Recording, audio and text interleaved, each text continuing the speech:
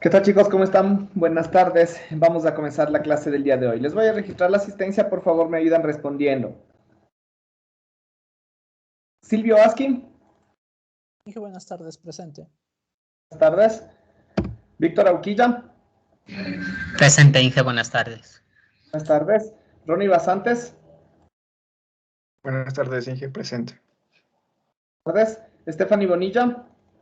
Presente, Inge, buenas tardes. Buenas tardes. Evelyn Bustos. Presente, Inge, buenas tardes. Buenas tardes. Dorian Caiza.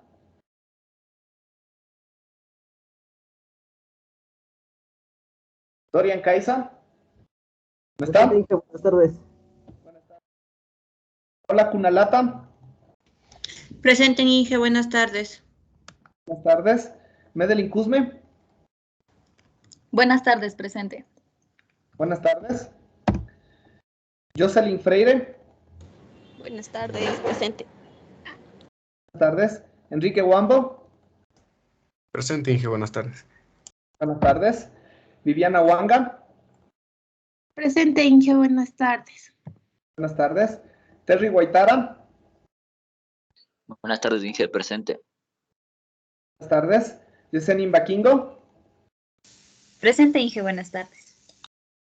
Buenas tardes. Israel Jara. Presente, Inge, buenas tardes. Buenas tardes. Carlos Martínez. Presente, Inge, buenas tardes. Buenas tardes. Byron Mayorga. Presente, Inge, buenas tardes. Buenas tardes. Carla Moreno. Presente, Inge, buenas tardes. Buenas tardes. Jason Núñez. Presente, Inge, buenas tardes. Buenas tardes. Marcelo Ojeda. Presente, buenas tardes, Inge. Buenas tardes. Pablo Orozco. Pablo Orozco. ¿No está? Stephanie Parra. Presente, Inge, buenas tardes. Buenas tardes. Cristian Pillapa. Presente, buenas tardes. Buenas tardes. Ruth Pomaquiza. Presente, buenas tardes, Inge. Buenas tardes. Luis Quillay. Presente, Inge, buenas tardes. Buenas tardes. Cintia Quintuña. Presente, Inge, buenas tardes. Buenas tardes. Danilo Robalino.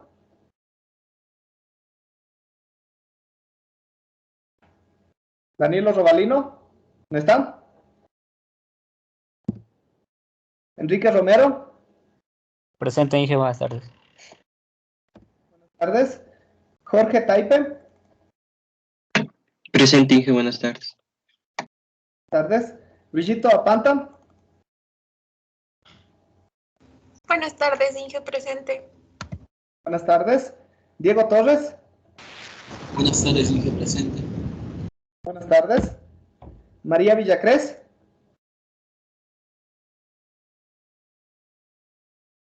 María Villacrés. ¿No está?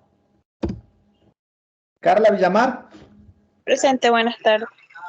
Buenas tardes. Ok, bueno. Ingeniero, disculpe, buenas tardes. Disculpe la molestia. ¿Sería que me puede ayudar con la lista? Entro un poquito tarde. ¿Tú eres? Orozco, por favor, Inge. Listo, ya Disculpe. te registro. Gracias. Dorian Caiza también, por favor, Inge. ¿Perdón? Dorian Caiza. Kaisam. Listo. A mí también, ingeniero, buenas tardes, por favor. ¿Tú eres? Robalín. Robalino. Listo. Ok, bueno, vamos a continuar entonces con la clase del día de hoy. El día de ayer ya finalizamos, o bueno, hicimos un repaso muy breve de los principales modelos de propagación que se utilizan fundamentalmente para los sistemas de propagación zonales o punto multipunto, etcétera, ¿no? En este caso, los principales sistemas que utilizan este tipo de programación, de propagación son los sistemas de radiodifusión y los sistemas de comunicaciones móviles, ¿no? Como la telefonía celular. Entonces, ya hicimos básicamente un recuento, un análisis fundamental de cada uno, bueno, de los principales, de los cuales se podría mencionar que se basan o se derivan otros modelos de propagación, ¿no? Cada uno de estos ha sido desarrollado, ha sido fundamentado en un lugar o en una situación o en un entorno específico, ¿sí? Ahora, esto que hemos analizado, obviamente, se ha determinado, se ha desarrollado asumiendo que la propagación se ha desarrollado en un medio homogéneo, ¿sí? Es decir, que a lo largo de todo el trayecto de propagación no ha existido variaciones posiblemente en el medio de transmisión, que sería en este caso la troposfera, no han existido variaciones de los índices de refracción, no hay variaciones de humedad, etcétera, ¿no? Pero en la práctica, y más aún cuando se considera un enlace de larga distancia, es muy posible que a medida que va avanzando el enlace, el medio de transmisión sufra variaciones, sufra cambios en cada una de sus etapas del trayecto, ¿no? Posiblemente en un tramo está atravesando encima de una zona húmeda, en otro una zona más seca, está atravesando por encima de una laguna, etcétera, y todo esto puede confluir para provocar justamente una variación en la propagación. Entonces, en estas condiciones se puede realizar básicamente una estimación correspondiente, ya sea de las pérdidas básicas correspondientes en función de la distancia y teniendo una cierta información respecto a la diferenciación de cada uno de estos medios heterogéneos, ¿sí? O se puede hacer el cálculo, obviamente, ¿no? Si ya se calculan las pérdidas básicas, se puede hacer el cálculo de la potencia recibida o del campo eléctrico recibido, porque estos están directamente relacionados, ¿sí? Entonces, eso es lo que, bueno, vamos a analizarlo brevemente el día de hoy en función de la fórmula de ATA, ¿sí? Nos vamos a basar en la fórmula de ATA para justamente determinar estas expresiones o estos modelos matemáticos que nos van a permitir estimar o establecer el valor de la potencia recibida, ¿sí? Partiendo de la fórmula de ATA que estima las pérdidas básicas, pero ya sabemos que estos están relacionados directamente, ¿no? Entonces, en función de esto, nosotros podemos hacer una estimación de la potencia recibida en función de las distancias que cubre cada uno de los tramos con características especificadas, ¿no? Características de propagación, ¿sí? Entonces, bueno, aquí nosotros ya tenemos la misma expresión de ATA que nosotros habíamos analizado previamente, ¿sí? Esta es la expresión que nosotros analizamos justamente en el modelo de Okumura-ATA y este es el modelo matemático que estableció ATA, ¿sí? Ahora, nosotros, o estas expresiones, ¿sí? Obviamente esta ecuación de ATA está dada en dBs, ¿no es cierto? Pero si nosotros establecemos una expresión matemática que pueda relacionarse o pueda establecerse de esta forma, ¿sí? De la primera expresión que nosotros tenemos, nosotros posiblemente podríamos generar una generalización en función de la distancia. Porque en esta fórmula que nos establece que las pérdidas en unidades adimensionales, por eso es que está en minúsculas, en función de la distancia, será igual a K por D elevado a la N, donde D es la distancia total, ¿no? De todo nuestro enlace. Mientras que K, por ejemplo, es una constante que va a depender de varios parámetros propios de la propagación, ¿sí? Y N también depende de las características fundamentales del medio de propagación, ¿sí? Por eso es que en esta gráfica que nosotros tenemos a nuestra izquierda, podemos observar, ¿no es cierto?, que están definidos o distribuidos cada uno de los diferentes medios de propagación, N1, N2 y N3, bueno, separados por las distancias correspondientes, ¿no? Estas distancias de 1, de 2, de etcétera, son las distancias respecto al transmisor. Pero cada uno de estos tramos, como nosotros podemos observar, nos representa una característica distinta respecto al medio de propagación. Por eso es que está establecido un N1, un N2 y un N3, ¿sí? Entonces, eso es lo que caracteriza la diferencia de los medios de propagación, ¿ok? Ahora, como nosotros observamos, ¿qué pasó? Se dejó de compartir, me parece, ¿no? Sí. A ver, permítanme, que parece que hubo algún problema con el Teams.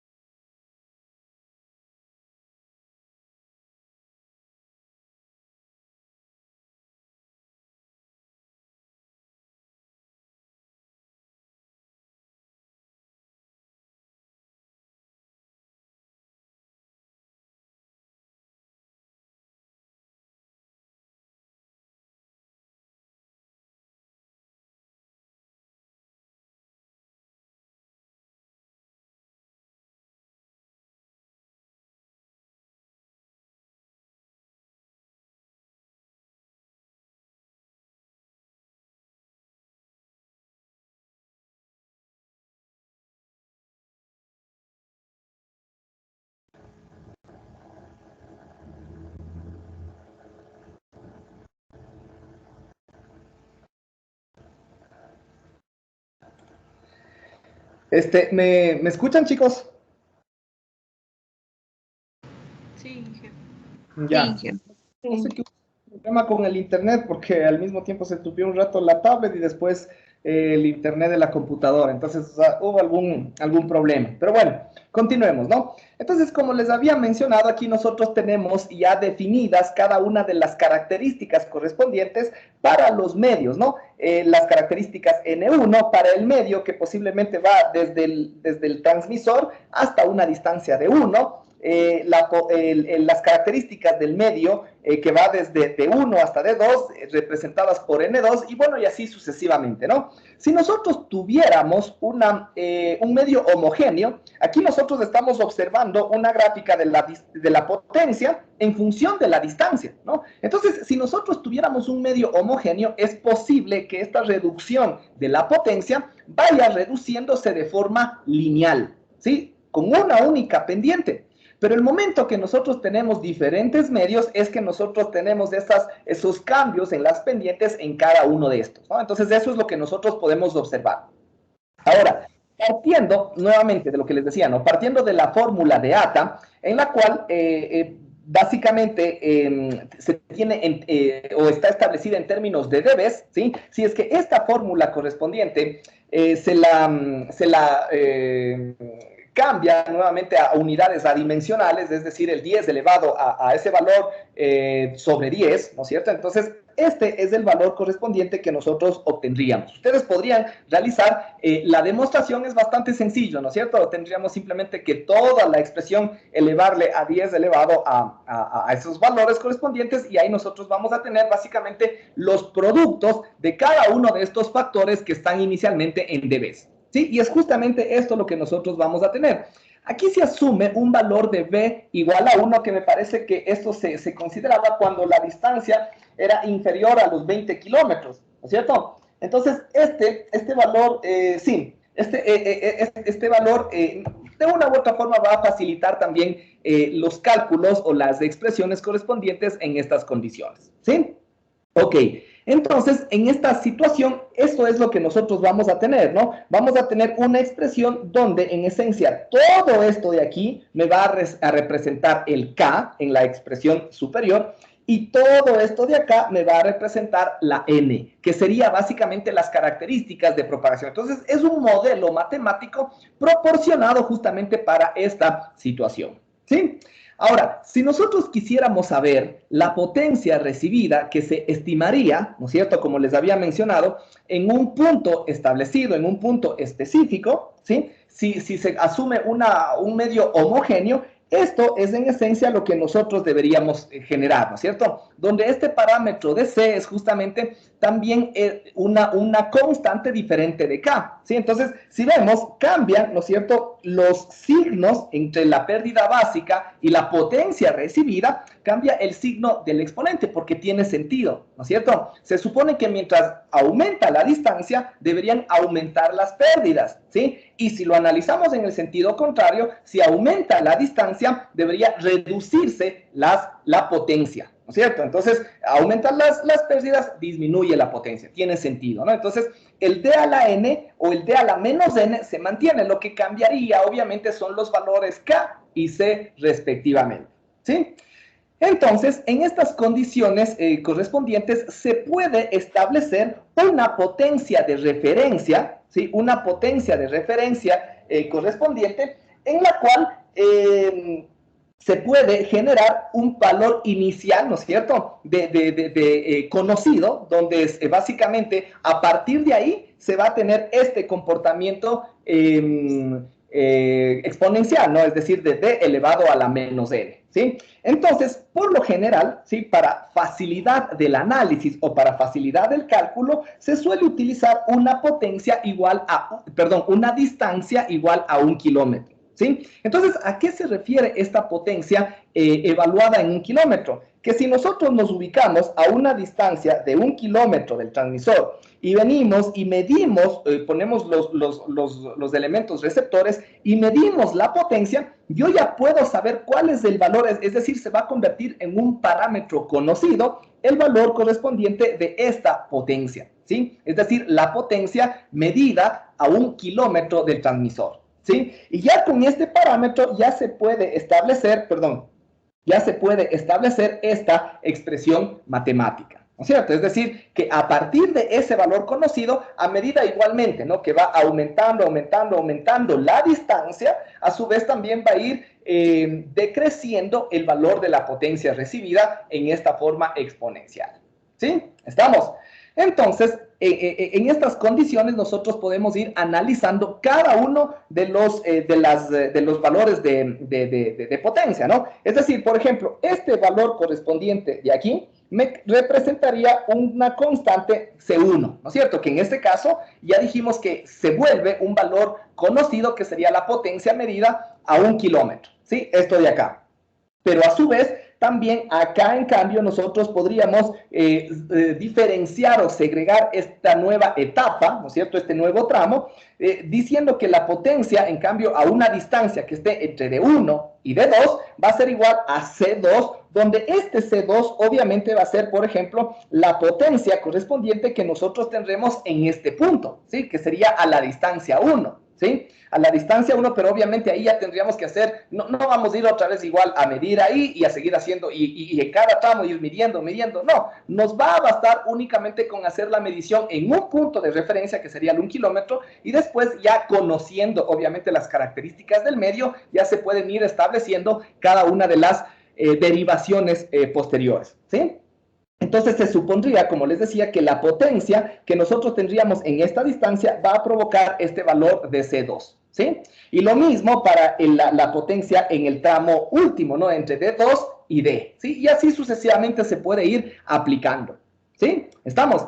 Entonces, en función de la continuidad, ¿no es cierto?, porque se supone que en este punto correspondiente hay una transición de medios, ¿sí? Hay una transición, es decir, justamente ahí puede haber un cambio entre un medio húmedo y un medio seco, posiblemente, ¿no? Esto es lo que nos da justamente esta transición, ¿sí? Entonces, en ese punto tiene que ser conocida, obviamente, la distancia, el D1, para poder establecer esta condición de transición, ¿sí? Una condición de transición, y en la cual obviamente no puede haber una discontinuidad en los valores de potencia, ¿no? No es que justo en ese punto, de ahí para el medio anterior yo voy a tener un valor, y desde ahí para el medio anterior voy a tener un cambio completamente abrupto y aparentar una discontinuidad. No, vamos a tener justamente un comportamiento como ese.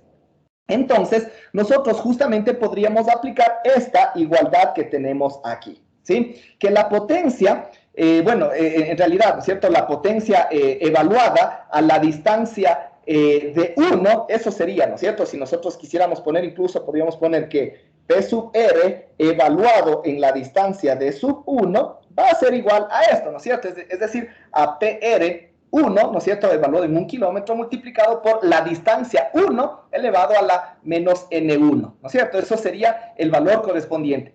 Y eso también sería igual a, evaluando en cambio en el segundo tramo, ¿no? Sería C2 por la distancia de 1 evaluado a la menos de N2, ¿no? Entonces, se supone que las distancias son conocidas, se supone que ya la potencia medida en el 1 kilómetro es conocido, y también deberíamos suponer que las características de propagación N1 y N2 también son conocidas. Obviamente estas características deberían ser, este método es un método empírico, ¿no? Ojo con eso también, es un método empírico que se ha desarrollado en función de mediciones, en función de investigaciones, campañas, etcétera, ¿no? Entonces, esto ya está establecido para aplicar justamente estas condiciones, ¿no? Entonces, este valor de N1 y N2 también puede ser caracterizado en función de varias mediciones, ¿sí?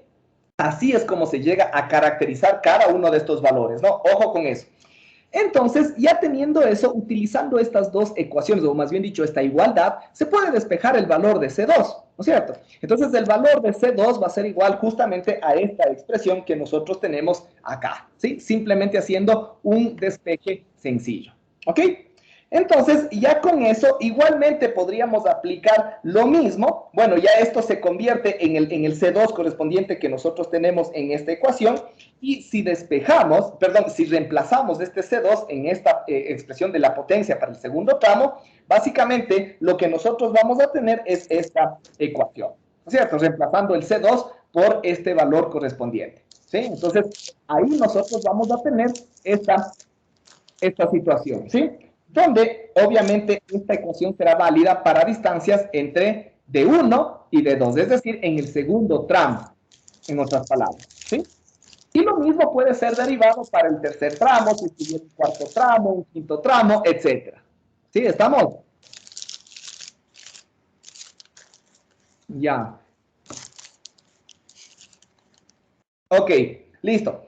Entonces, bueno, aquí tenemos justamente aplicando la misma situación para el último tramo, nosotros vamos a tener esto de acá. ¿Sí? Esto sería la correspondencia en el último tramo, aplicando justamente el mismo principio, pero ahora en el siguiente punto de transición de medios, ¿no? En este punto de acá, donde se cambia desde el medio N2 hasta el medio N3, ¿sí? Y bueno, y así sucesivamente puede generarse, ¿no? Entonces, de esa forma se caracteriza, o bueno, se establece primero los valores de potencia recibida, y en función de eso se puede establecer los valores de las pérdidas básicas, ¿sí? Se puede establecer los valores de las pérdidas básicas. Entonces, inicialmente, ¿no? Nosotros sabemos que las pérdidas básicas en el espacio libre, ¿sí? Las pérdidas básicas en el espacio libre sería únicamente esto de acá, ¿no? ¿Sí? Es decir, sabemos que las pérdidas básicas en general es igual a la potencia transmitida sobre la potencia recibida. En el espacio libre únicamente es igual a 4pi por d sobre lambda elevado al cuadrado.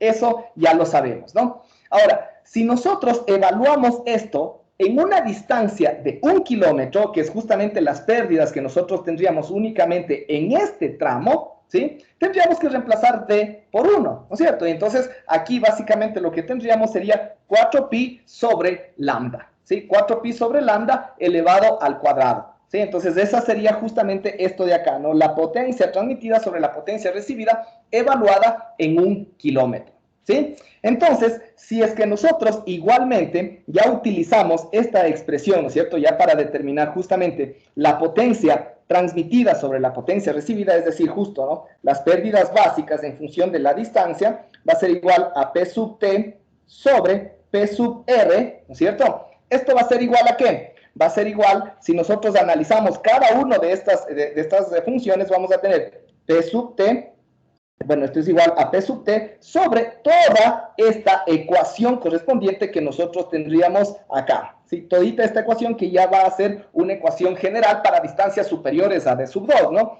Que sería en este caso P sub R evaluado en 1 por D sub 1 menos N1 más N2, ¿no es cierto? Por D sub 2 elevado a la menos N2 más N3, ¿sí? Y por D a la menos N3.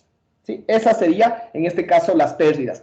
Pero esto de acá, ¿no es cierto? Justamente el P sub T sobre el P sub R1, bueno, solamente esto de aquí, ¿no es cierto? El P sub T sobre el PR1, como ya observamos, es igual a esto, ¿no? 4pi sobre lambda. Entonces, ahí nosotros ya podríamos establecer esto. Bueno, perdón, ¿no? Aquí esto sería el 10 por el logaritmo, ¿no? 10 por el logaritmo de todo esto, ¿sí? 10 por el logaritmo de todo eso. Porque estas pérdidas estamos hablando ya en términos de dBs, ¿sí? Entonces, estas pérdidas básicas en función de la distancia en dBs va a ser igual, obviamente, esto es igual a 4pi sobre lambda al cuadrado, ¿no es cierto? El PT sobre el PR1. Entonces, eso se convierte, bueno, en general, esto de aquí se va a convertir en lo de acá. 20 por el logaritmo de 4pi sobre lambda, más 10 por el logaritmo de esto de acá, ¿no es cierto? Pero como esto está en el denominador, subiría cambiando el signo del exponente, por eso es que sería más 10,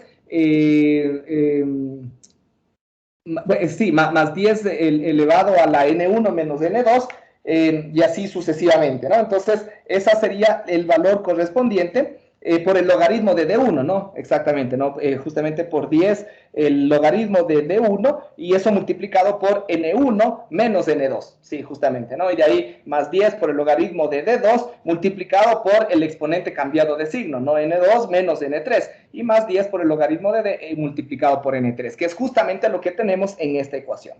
Entonces, bueno, todo lo que hemos hecho es la derivación, es la demostración matemática para saber que cuando se tiene un trayecto con medios heterogéneos, ¿sí? Y se conocen estos medios, N1, N2 y las distancias que separan a cada uno de estos, se puede establecer justamente esta expresión matemática. Se puede utilizar directamente esta ecuación matemática. ¿Sí?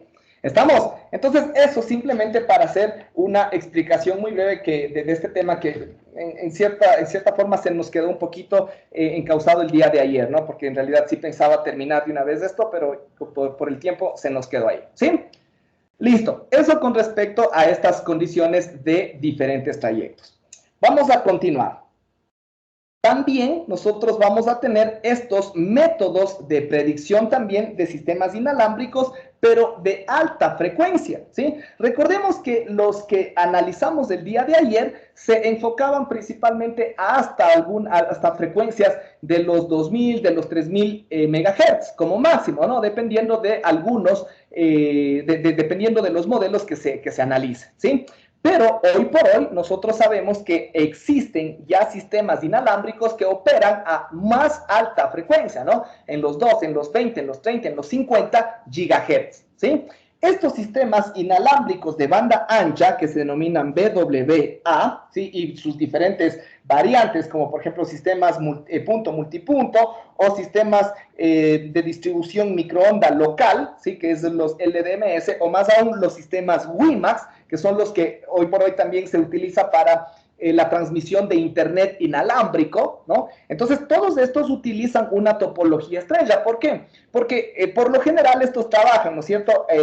Tienen el acceso a la nube, el acceso a la red mediante un proveedor de ISP, posiblemente, ¿no? Entonces, posiblemente a ellos se les entrega la señal mediante fibra óptica, etcétera. Y desde ese punto que corresponde un access point, ¿no es cierto? Aquí de pronto se tiene el acceso a la nube, aquí se va a tener una antena que posiblemente puede ser omnidireccional o puede ser sectorial, dependiendo, ¿no? Entonces, este es el que se denomina un access point, ¿sí? Y este access point es el que va a enviar de forma radial a los diferentes usuarios que se denominan suscriptores. ¿Sí? Los suscriptores reciben esta señal a un ancho de banda relativamente, deberían, ¿no es cierto?, a un ancho de banda relativamente alto, justamente para poder explotar al máximo las características de transmisión inalámbrica. Pero para eso se necesita trabajar a frecuencias relativamente altas, ¿sí? O a su vez, ¿no? Si de pronto no se accede al access point directamente de un ISP, sino de pronto se tiene un enlace troncal, ¿no es cierto? Entonces, se convierte en un repetidor y otro, acá se tendría otra antena, ¿no? Entonces, en este caso, ya no se tendría esto de acá, sino más bien se tendría la recepción mediante otra antena, ¿no es cierto? Y esta de pronto se conecta a otra antena correspondiente mediante un enlace troncal, y esto es lo que se denomina un enlace, en cambio, de Bahault, ¿sí? Un enlace Bahault. Entonces, obviamente este enlace Bahault es un enlace directivo, punto a punto, y con un ancho de banda significativamente mucho más grande, porque recuerden que este Bahault es el que va a llevar todo el tráfico para posteriormente distribuir a todos estos suscriptores, ¿sí? Entonces, estos son los elementos fundamentales que intervienen básicamente en una red WiMAX, ¿no?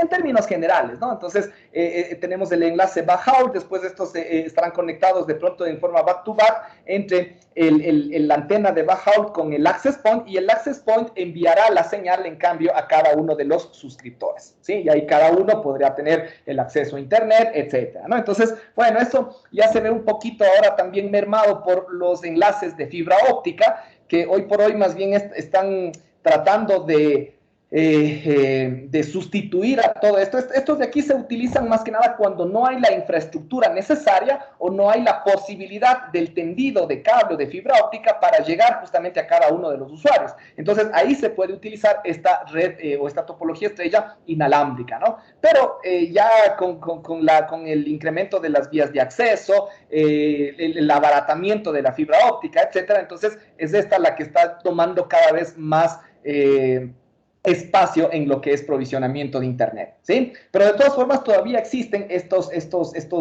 sistemas de provisión inalámbrica, ¿no? Y ya les acabo de mencionar en algunas de las aplicaciones en las cuales se puede utilizar, ¿sí?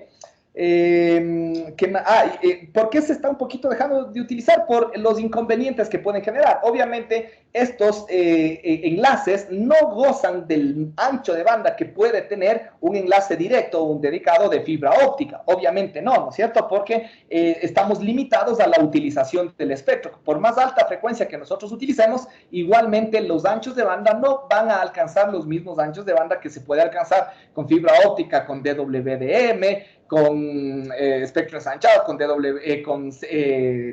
etcétera, ¿no? Cada uno de estos canales va a generar una mayor ancho de banda. Adicionalmente, también en los enlaces inalámbricos, uno se está sujeto a las variabilidades del clima, ¿no? Y sobre todo, más que nada, cuando estamos a altas frecuencias, ¿no? Justamente lo que ya analizamos anteriormente, en estas frecuencias somos muy influenciables a la atenuación ambiental, ¿no? Si es que hay lluvia, si es que hay nubosidad, etcétera, estas pérdidas pueden incrementarse muchísimo y generar retardos, latencias, reducción en la velocidad e incluso periodos de inactividad o de indisponibilidad, ¿sí? Es decir, en otras palabras, el enlace se cae, ¿sí? Entonces, esos son algunos de los problemas, ¿sí?, que se pueden llegar a suscitar en estos sistemas. Pero de todas formas, es necesario justamente realizar todo este análisis porque, como les digo, sí se generan este tipo de enlaces o sistemas aún, ¿no?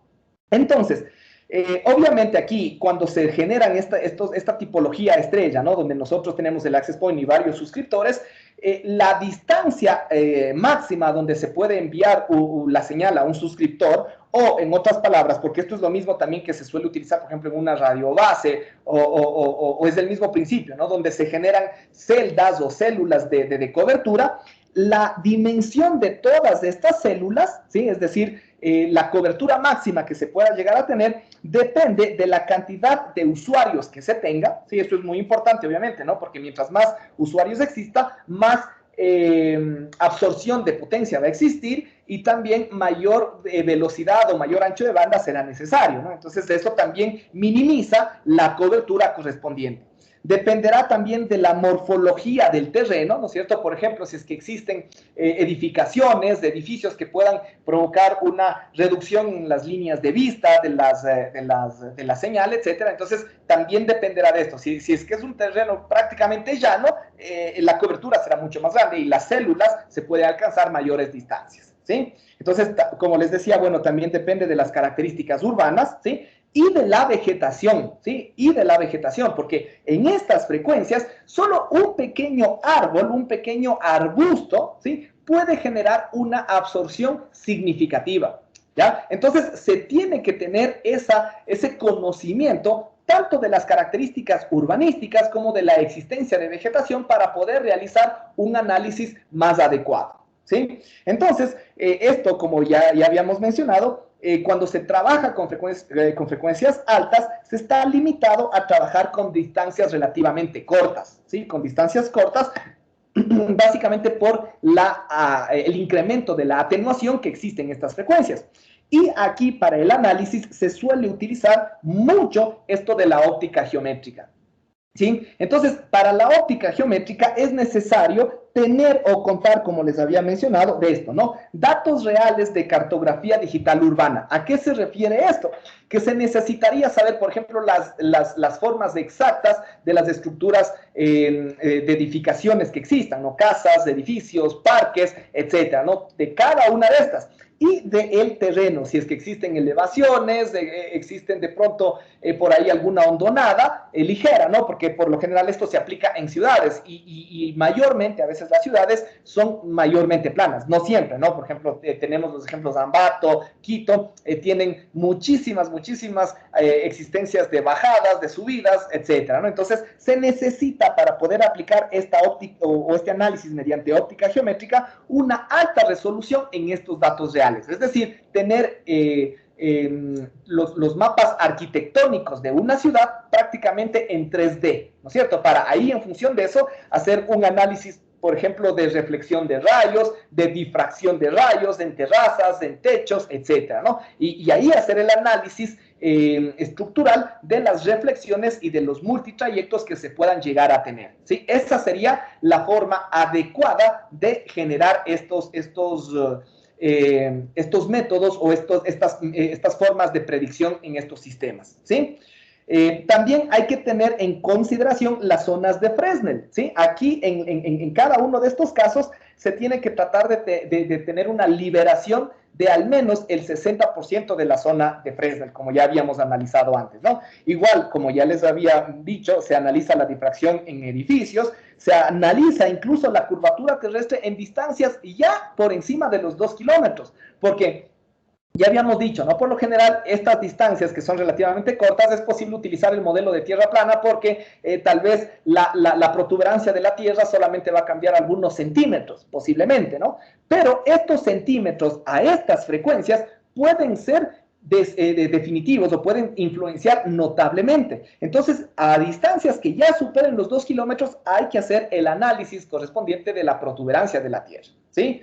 Y como les había mencionado, es fundamental este análisis de vegetación, ¿sí? Es decir, si aparte de tener también estos datos de cartografía digital urbana, se puede contar también con ubicaciones, frondosidad de las vegetaciones, árboles, arbustos, jardines, etcétera, entonces se tiene que también incluir, ¿sí? Entonces, todo esto, entonces imagínense la cantidad de información que se necesitaría para poder hacer un análisis de predicción, ¿sí? Entonces, básicamente, cuando se considera, cuando se conocen estos valores, fácilmente se puede hacer una predicción bastante buena, ¿sí?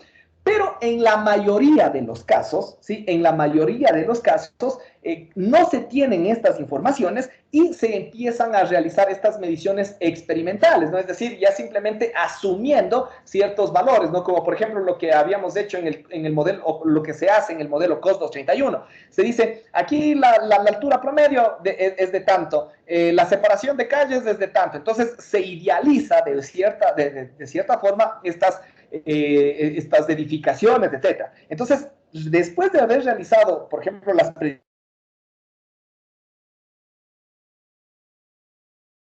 predicciones de esas formas, han existido grandes variaciones, es decir, en algunos casos se puede llegar a tener valores similares, pero en otros casos hay una variación notable, ¿no? Entonces, eso se debe básicamente a las variaciones de pérdidas, a las variaciones de atenuación que puede sufrir básicamente la señal cuando cambia la humedad, cuando cambia la nubosidad, si es que llueve, incluso por la temperatura mismo se puede modificar notablemente este comportamiento, ¿sí?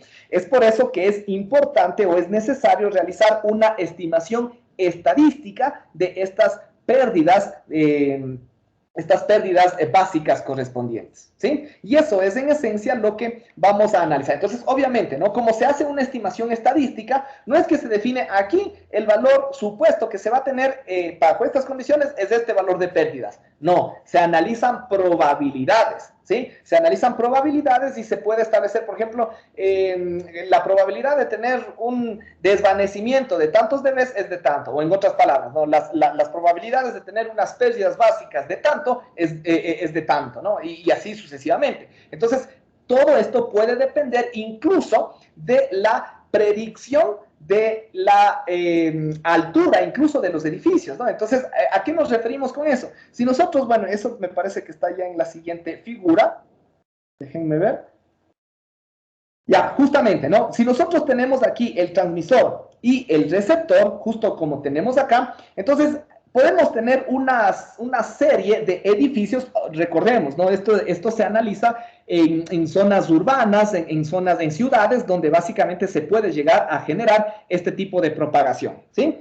Entonces, ahí obviamente el transmisor y el receptor van a estar separados una cierta distancia correspondiente, ¿no? Esto, ojo, que no es como la telefonía celular, donde de pronto el móvil va a estar por acá y la señal va a llegar por aquí, de ahí viene, o de pronto tiene múltiples trayectos. No, aquí la conexión, por ejemplo, entre Bajault y Bajault, o entre Access Point y suscriptor, tiene que haber principalmente línea de vista, ¿sí? Entonces, aquí, para establecer la probabilidad de que se pueda llegar a obtener un valor correspondiente de pérdidas, va a depender a su vez de la probabilidad de que estos edificios generen una obstrucción en la línea de vista, ¿sí?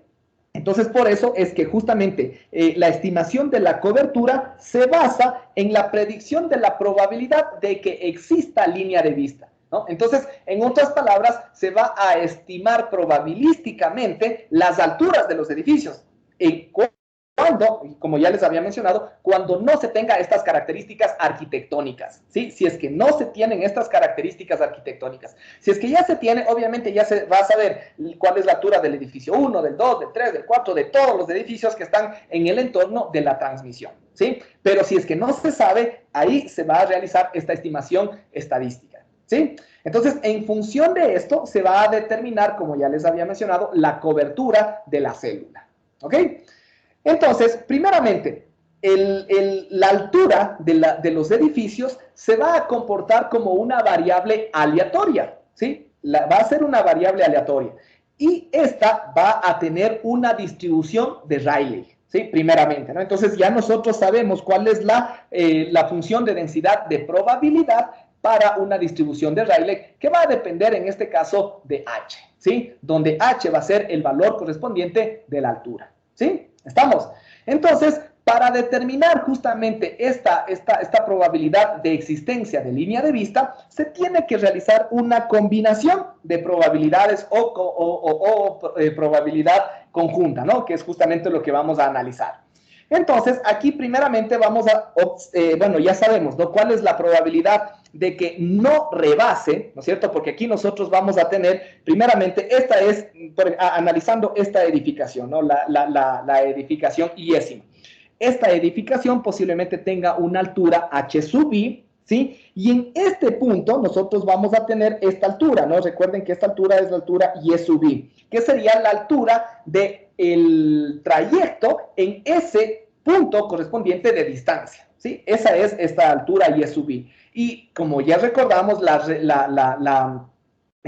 diferencia que hay entre la altura del edificio y esta altura y sub i es el despejamiento, en otras palabras, ¿sí? Entonces, ¿qué es lo que nosotros vamos a analizar? A determinar la probabilidad de no rebasamiento, porque esto es lo que me representa esta probabilidad, ¿no es cierto? Si nosotros recordamos y analizamos estas expresiones, esta es la probabilidad de no rebasamiento de que el edificio iésimo no rebase la altura y sub i, ¿sí? Porque si es que está la altura hi por debajo de y sub i, pues hay línea de vista. Pero si es que h sub i está por encima de y sub i, obviamente va a haber obstrucción, ¿sí? Entonces, obviamente, tendríamos que para calcular el y sub i, sacar la ecuación de la recta, porque se supone que nosotros conocemos esta altura, debemos conocer esta altura y la distancia total. Con eso se saca la ecuación de la recta y después se estima el valor de y sub i, evaluando en esa ecuación para la distancia de sub i, ¿sí? Pero aquí ya nos establece directamente esta ecuación genérica, ¿sí? Que ya depende justamente de los valores, ¿no? Y sub 0, y sub d, de la distancia y de la distancia de sub i, ¿sí? Entonces, de esa forma ya se obtiene el y sub i y se genera básicamente cada uno de estos valores. Este valor de gamma, ojo, ¿no? Bueno, esto ya también en función de la expresión genérica de la distribución de Rayleigh, el valor de gamma es el valor de la moda, se denomina, ¿no? O la moda o mediana, que sería el valor de la altura de los edificios más repetitivo, ¿sí? Ese es este valor correspondiente de gamma, la moda, ¿no? Entonces, ya conociendo cada uno de esos valores, obviamente, ya se puede llegar a obtener esta probabilidad combinada, ¿sí? Mediante esta expresión, ¿sí? Donde aquí nosotros vamos a generar la sucesión de productos en función de cada uno de los valores iésimos que ya vayamos analizando, ¿sí? En función de cada uno de estos valores iésimos que nosotros vayamos analizando, ¿sí? Entonces ahí se va generando una probabilidad acumulativa, ¿sí? Y combinada, sobre todo, ¿no? Entonces eso es lo que nosotros tendríamos en estas condiciones. ¿Qué más?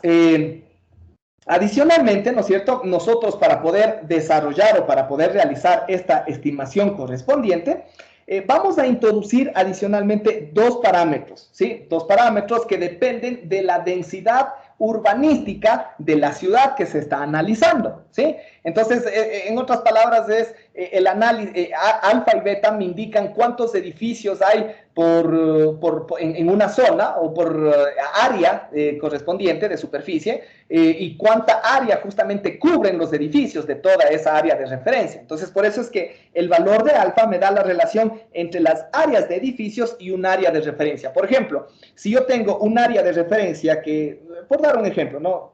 Digamos que todo esto sea 1 kilómetro cuadrado, ¿sí? Y en todo este kilómetro cuadrado existe, aquí hay un edificio, acá hay otro edificio, acá hay otro edificio, acá hay otro edificio, y así sucesivamente, ¿no? Entonces, todo lo rojo básicamente es área de edificio o área de edificación. Entonces, si mi área de referencia es de 1 kilómetro cuadrado, posiblemente si yo voy sumando este área, todas estas áreas, no sé, me darán unos 0.6 kilómetros cuadrados, ¿no? Por dar un ejemplo, ¿no? Entonces, esa es esta relación de alfa, la relación entre áreas de edificios y el área de referencia, ¿sí? Como les decía, por lo general, valores típicos suelen ser entre 0.1 y 0.8, ¿sí?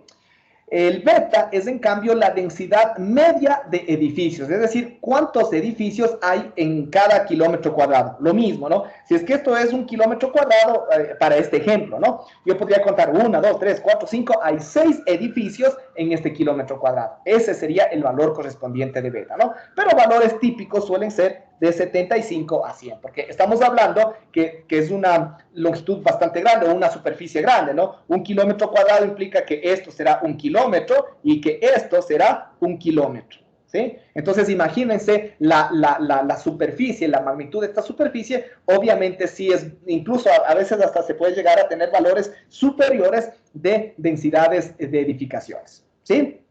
Entonces, se obtiene primero el parámetro N1, ¿sí? Que es un parámetro característico justamente de la densidad poblacional o la densidad demográfica, ¿no? Entonces, N1 es igual a la raíz de alfa por beta, ¿sí? Esa es básicamente esta expresión correspondiente, ¿no?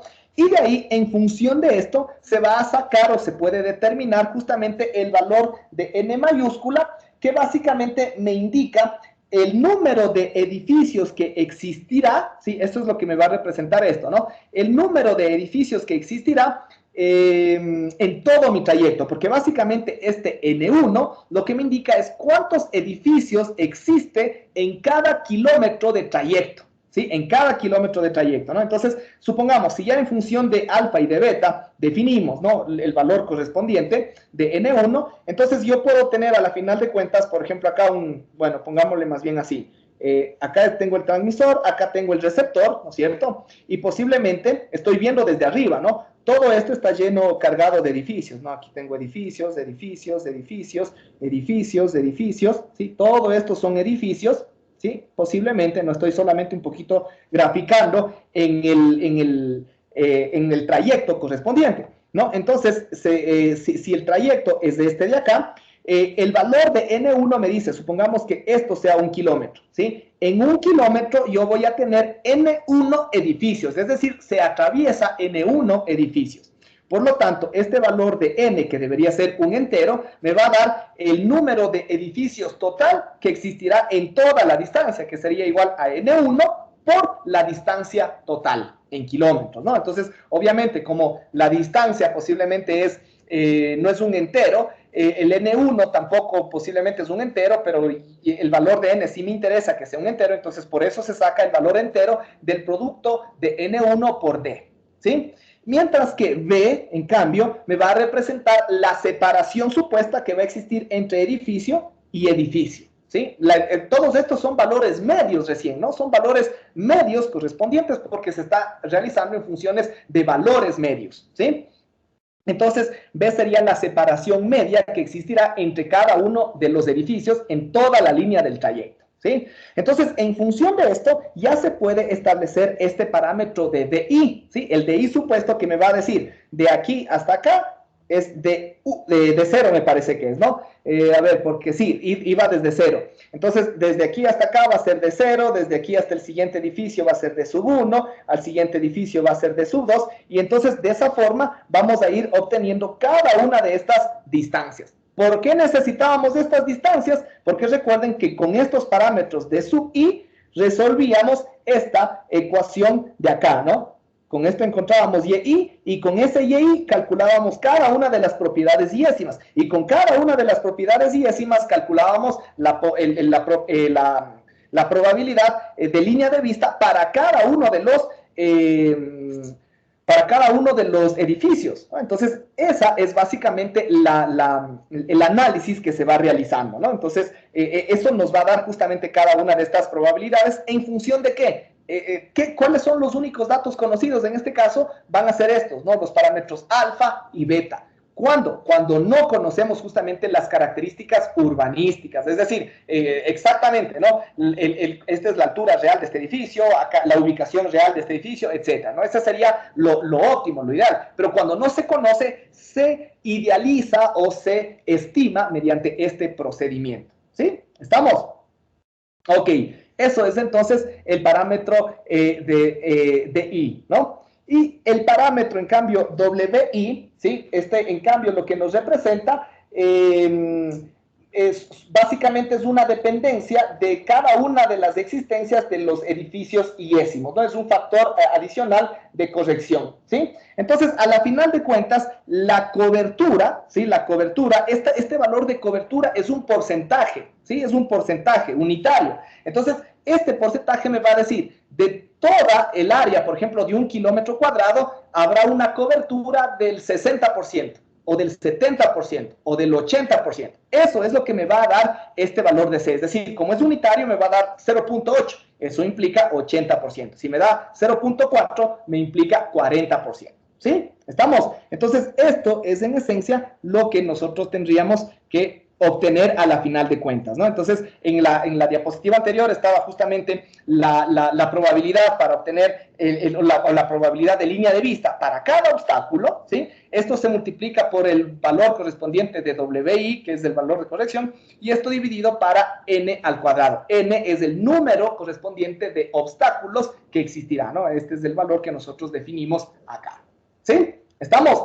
Ese es el procedimiento que se debe realizar y me parece que incluso este procedimiento está estipulado en una recomendación, exacto, en la recomendación 1410 de la UIT, ¿sí? Entonces, aquí se brinda un resumen, ¿sí? Pero obviamente si se desea conocer un poco más, se puede acceder a esta recomendación, ¿sí?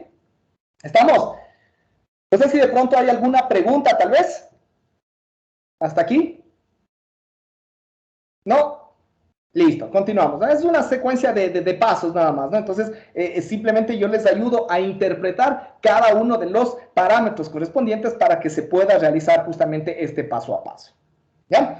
Ahora, en estos casos o en estas bandas de frecuencias, a frecuencias altas, se puede analizar también el efecto de la lluvia, ¿sí? Y el efecto de la lluvia es altísimo, es mucho más notorio a estas frecuencias, ¿sí? Entonces, aquí, en esencia, esto me sirve básicamente para determinar el porcentaje de tiempo de indisponibilidad de nuestro enlace, ¿sí? Es decir, nosotros ya sabemos, ¿no? Es decir, en condiciones normales es posible que nosotros tengamos un cierto valor de cobertura, ¿no? O un cierto porcentaje de cobertura, pero el momento que posiblemente llueve, las pérdidas básicas se intensifican y obviamente la potencia que se pueda llegar a recibir va a disminuir. Si es que la potencia decae por debajo de la sensibilidad del receptor, ¿no es cierto? Entonces hablamos en estas condiciones de indisponibilidad, ¿sí? Hablamos de indisponibilidad. Entonces, pero ¿cómo establecemos eso? Esto se maneja con valores también estadísticos, ¿no? Es decir, con porcentajes de tiempo de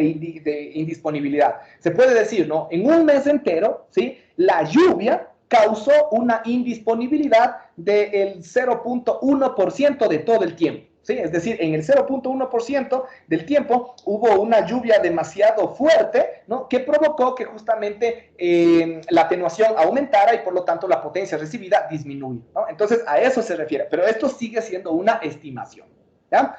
Entonces, obviamente, si hablamos del porcentaje de tiempo de indisponibilidad, vamos a hablar del promedio de la intensidad de lluvia rebasada que provocó esa indisponibilidad, ¿no es cierto? Obviamente en ese mismo porcentaje de tiempo. Este porcentaje de tiempo se supone que tendría que ser este porcentaje de tiempo de acá, ¿sí? ¿Estamos? Es decir, durante el tiempo que se rebasó esa intensidad de lluvia, es el mismo tiempo que provocó la indisponibilidad en nuestro enlace, ¿sí? Entonces, para este caso, es bastante sencillo el análisis, porque simplemente, bueno, asumiendo una célula circular,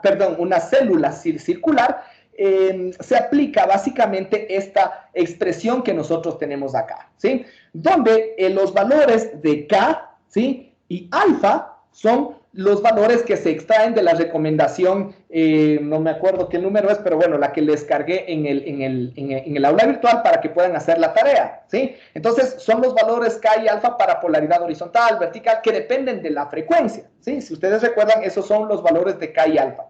El valor de R es el valor de la... intensidad de lluvia, ¿sí? Dependiendo del lugar y del porcentaje que se desea analizar, ¿no es cierto? Es decir, si yo quiero determinar el porcentaje correspondiente, o más bien dicho, quiero asegurar un porcentaje de indisponibilidad inferior al 0.01%, entonces ese valor será el valor de P, ¿sí? Entonces, ese es el valor correspondiente que nosotros deberíamos tener aquí, ¿sí? Eso es entonces lo que nosotros vamos generando, ¿no? Entonces, obviamente, el valor de R va a depender de la zona en la que nosotros nos ubicamos y también de la probabilidad. Y aquí sí, ojo, ¿no? Me parece que también todavía, a pesar de que les hice hincapié ese día, estaban todavía un poco confundidos. Les decía que el valor de R...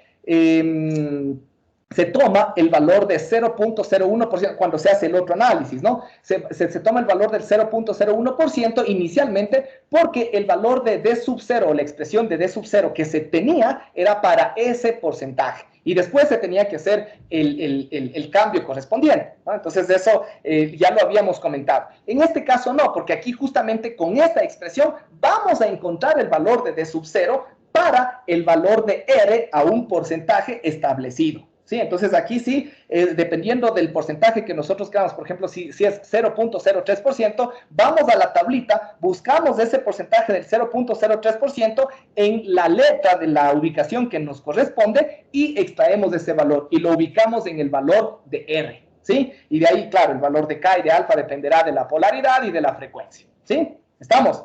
Ya, y igualmente, ¿no? El valor de R es el valor concreto, no es que si es que es mayor que 100, ponemos solamente 100. No, eso era lo que se utilizaba en el otro método y solamente para el cálculo de la distancia de sub 0, no para el cálculo de la atenuación específica, ¿no? Entonces, verán que les hice hincapié en ese momento y les vuelvo a hacer hincapié ahora, ¿no? Para que tengan eso en cuenta, ¿ya?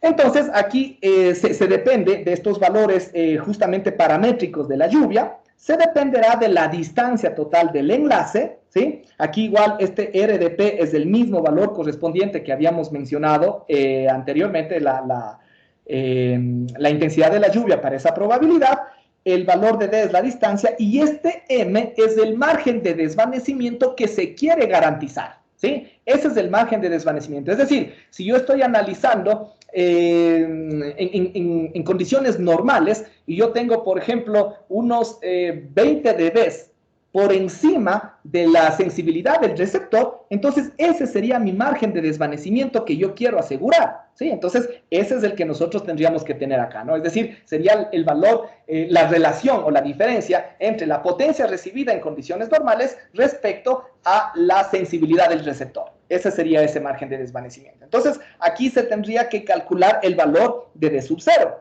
Obviamente, esta expresión es un poco compleja hacer el despejamiento de D sub 0. Entonces, ¿qué les suelo recomendar? Que aquí, por ejemplo, utilicen aproximaciones numéricas, ¿no? Es decir, vayan dándole valores a D sub 0 hasta que vaya satisfaciendo esta igualdad. Porque todos los valores deberían ustedes ya conocer, ¿no es cierto? A excepción de D sub 0. Entonces, escriben la ecuación, no sé, por ejemplo, en MATLAB o en la calculadora y le van dando valores a D sub 0, ¿sí? Entonces, D sub 0 le van dando un cierto valor que obviamente tiene que ser inferior a la distancia y ahí van viendo, ¿no? Ah, no, todavía no llego, le voy a aumentar, ya me pasé, le voy a bajar y así sucesivamente, ¿no? Es una opción que pueden realizar, ¿sí? Ya en MATLAB, si es que hacen algún algoritmo recursivo, repetitivo, podría ser preferible, ¿no? Pero si estamos limitados un poquito a eso, podríamos aplicar eso en una calculadora, ¿sí? Entonces, de esa forma se obtiene este parámetro de D sub 0. Y de ahí, simplemente obteniendo el D sub 0, se aplica ya este nuevo valor de cobertura, ¿sí? Simplemente la relación entre D sub 0 sobre D multiplicado por 100, ¿sí? Este va a ser el nuevo valor de cobertura cuando ha existido lluvia, ¿sí? ¿Estamos? Listo. No sé si de pronto hay alguna duda, alguna pregunta tal vez respecto a esta última partecita. Esto también se encuentra en la misma recomendación 1410, ¿no? De repente queramos ahondar un poquito más de este tema. ¿Ya? Listo. Vamos ahora sí entonces a comenzar con lo que corresponde al desvanecimiento. ¿Sí? Una pregunta, ¿el desvanecimiento les dieron o no les dieron también? Porque me quedé con esa duda en el semestre anterior. ¿Recibieron este tema del desvanecimiento o no?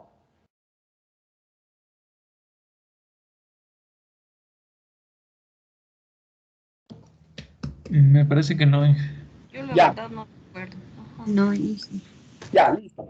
Pero bueno, ya de todo lo que hemos venido hablando precedentemente, ya hemos tenido o ya tenemos más o menos una idea de lo que es el desvanecimiento, ¿no? En términos generales, el desvanecimiento es una reducción del valor de campo, del valor de la potencia nominal que nosotros tenemos, ¿sí? Eso es en términos generales el desvanecimiento. Ahora, ¿por qué se da? ¿Quién lo provoca? ¿Qué efectos genera?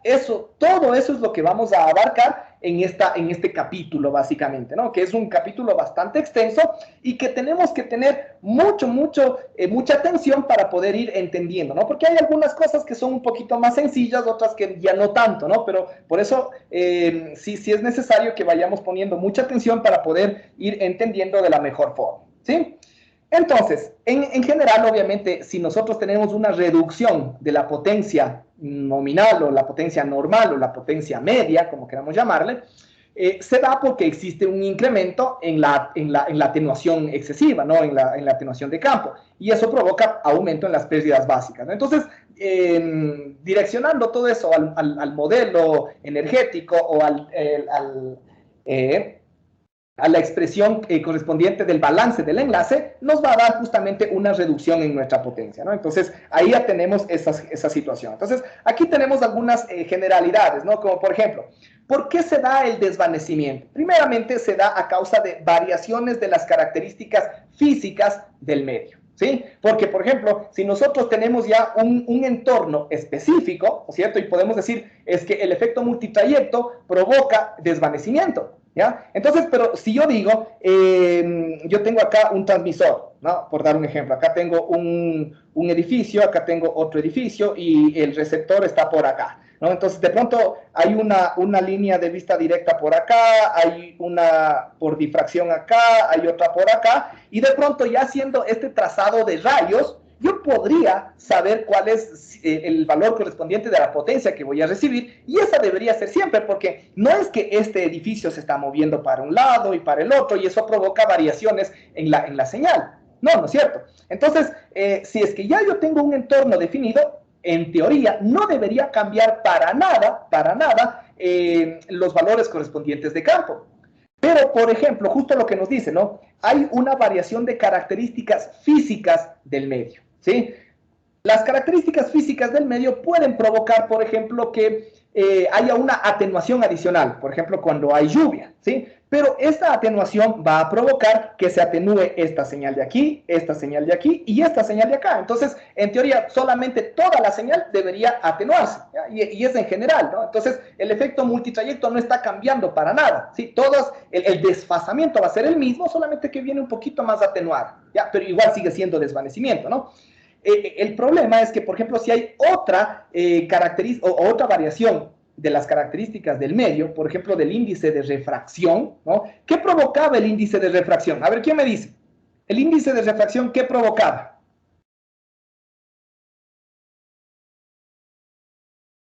Si es que cambia el índice de refracción, ¿qué cambia? En términos generales. ¿Quién me dice?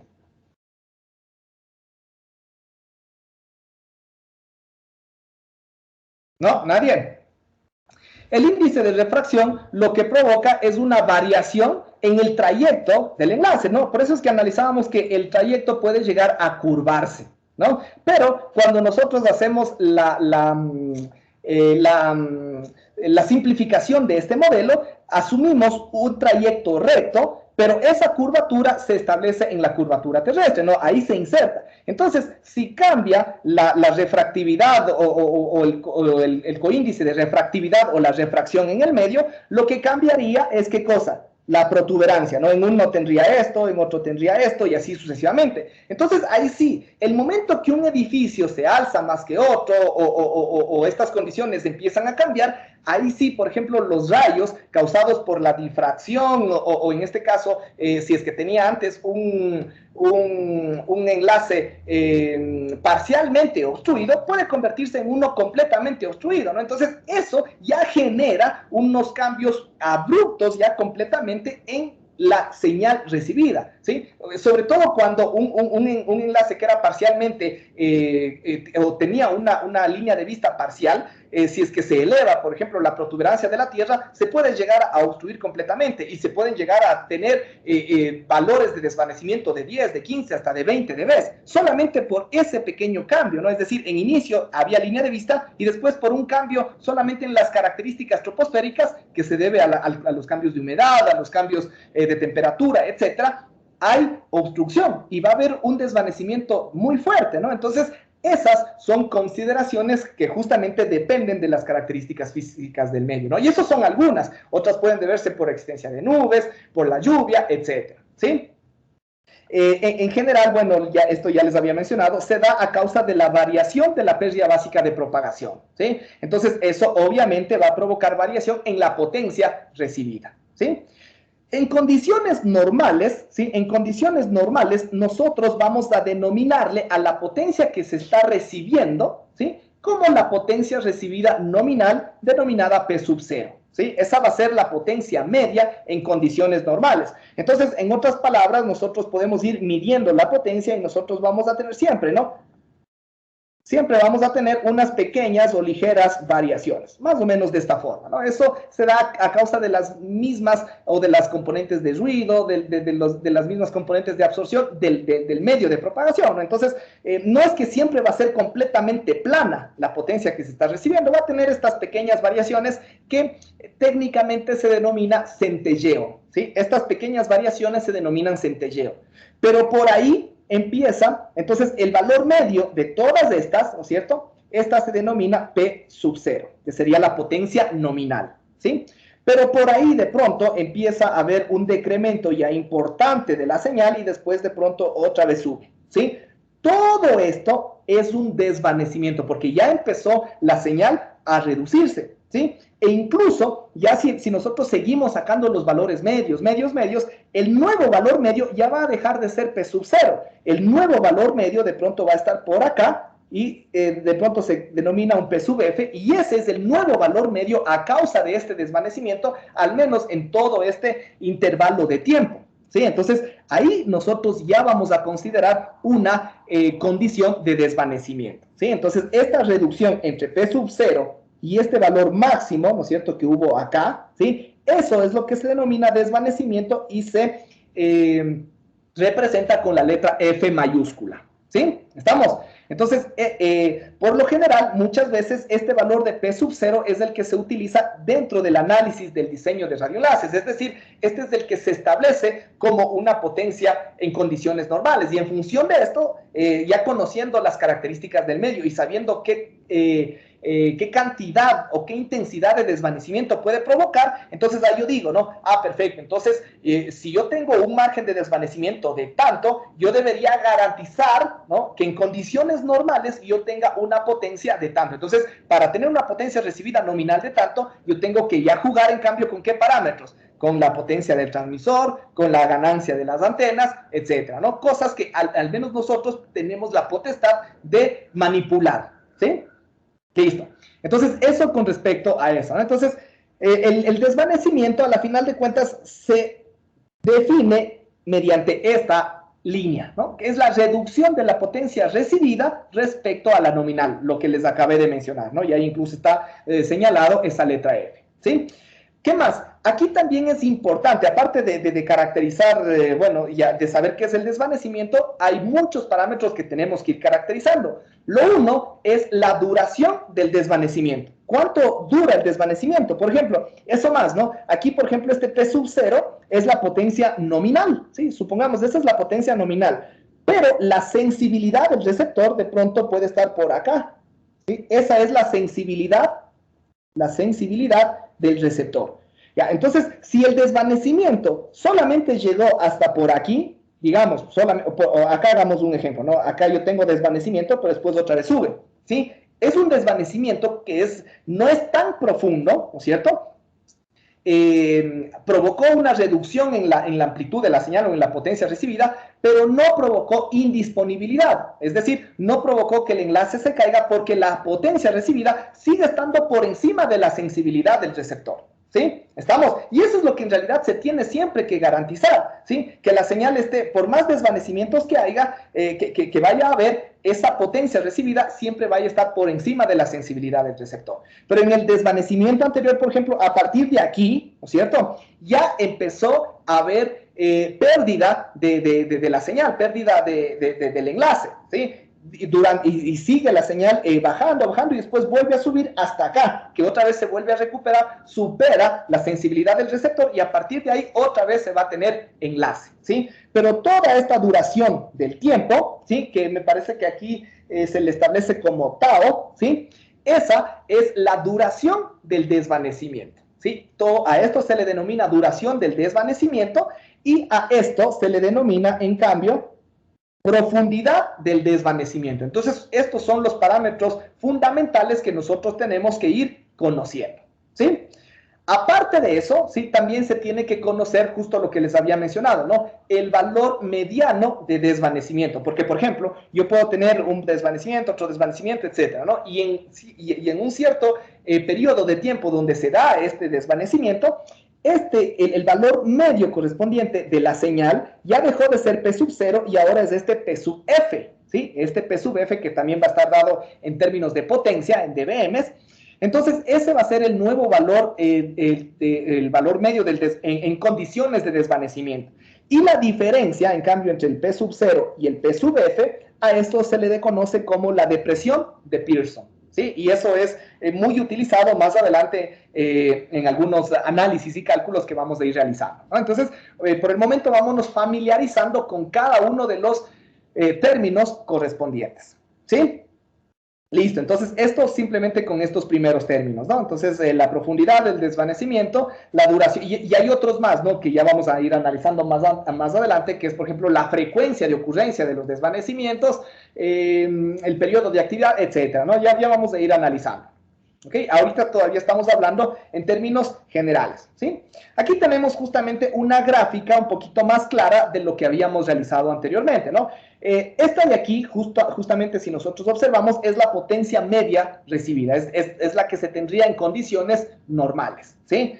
Con valores un poquito más altos, valores un poquito más bajos, y ahí va oscilando, ¿no? Entonces ese valor es nuestro valor medio, ¿sí?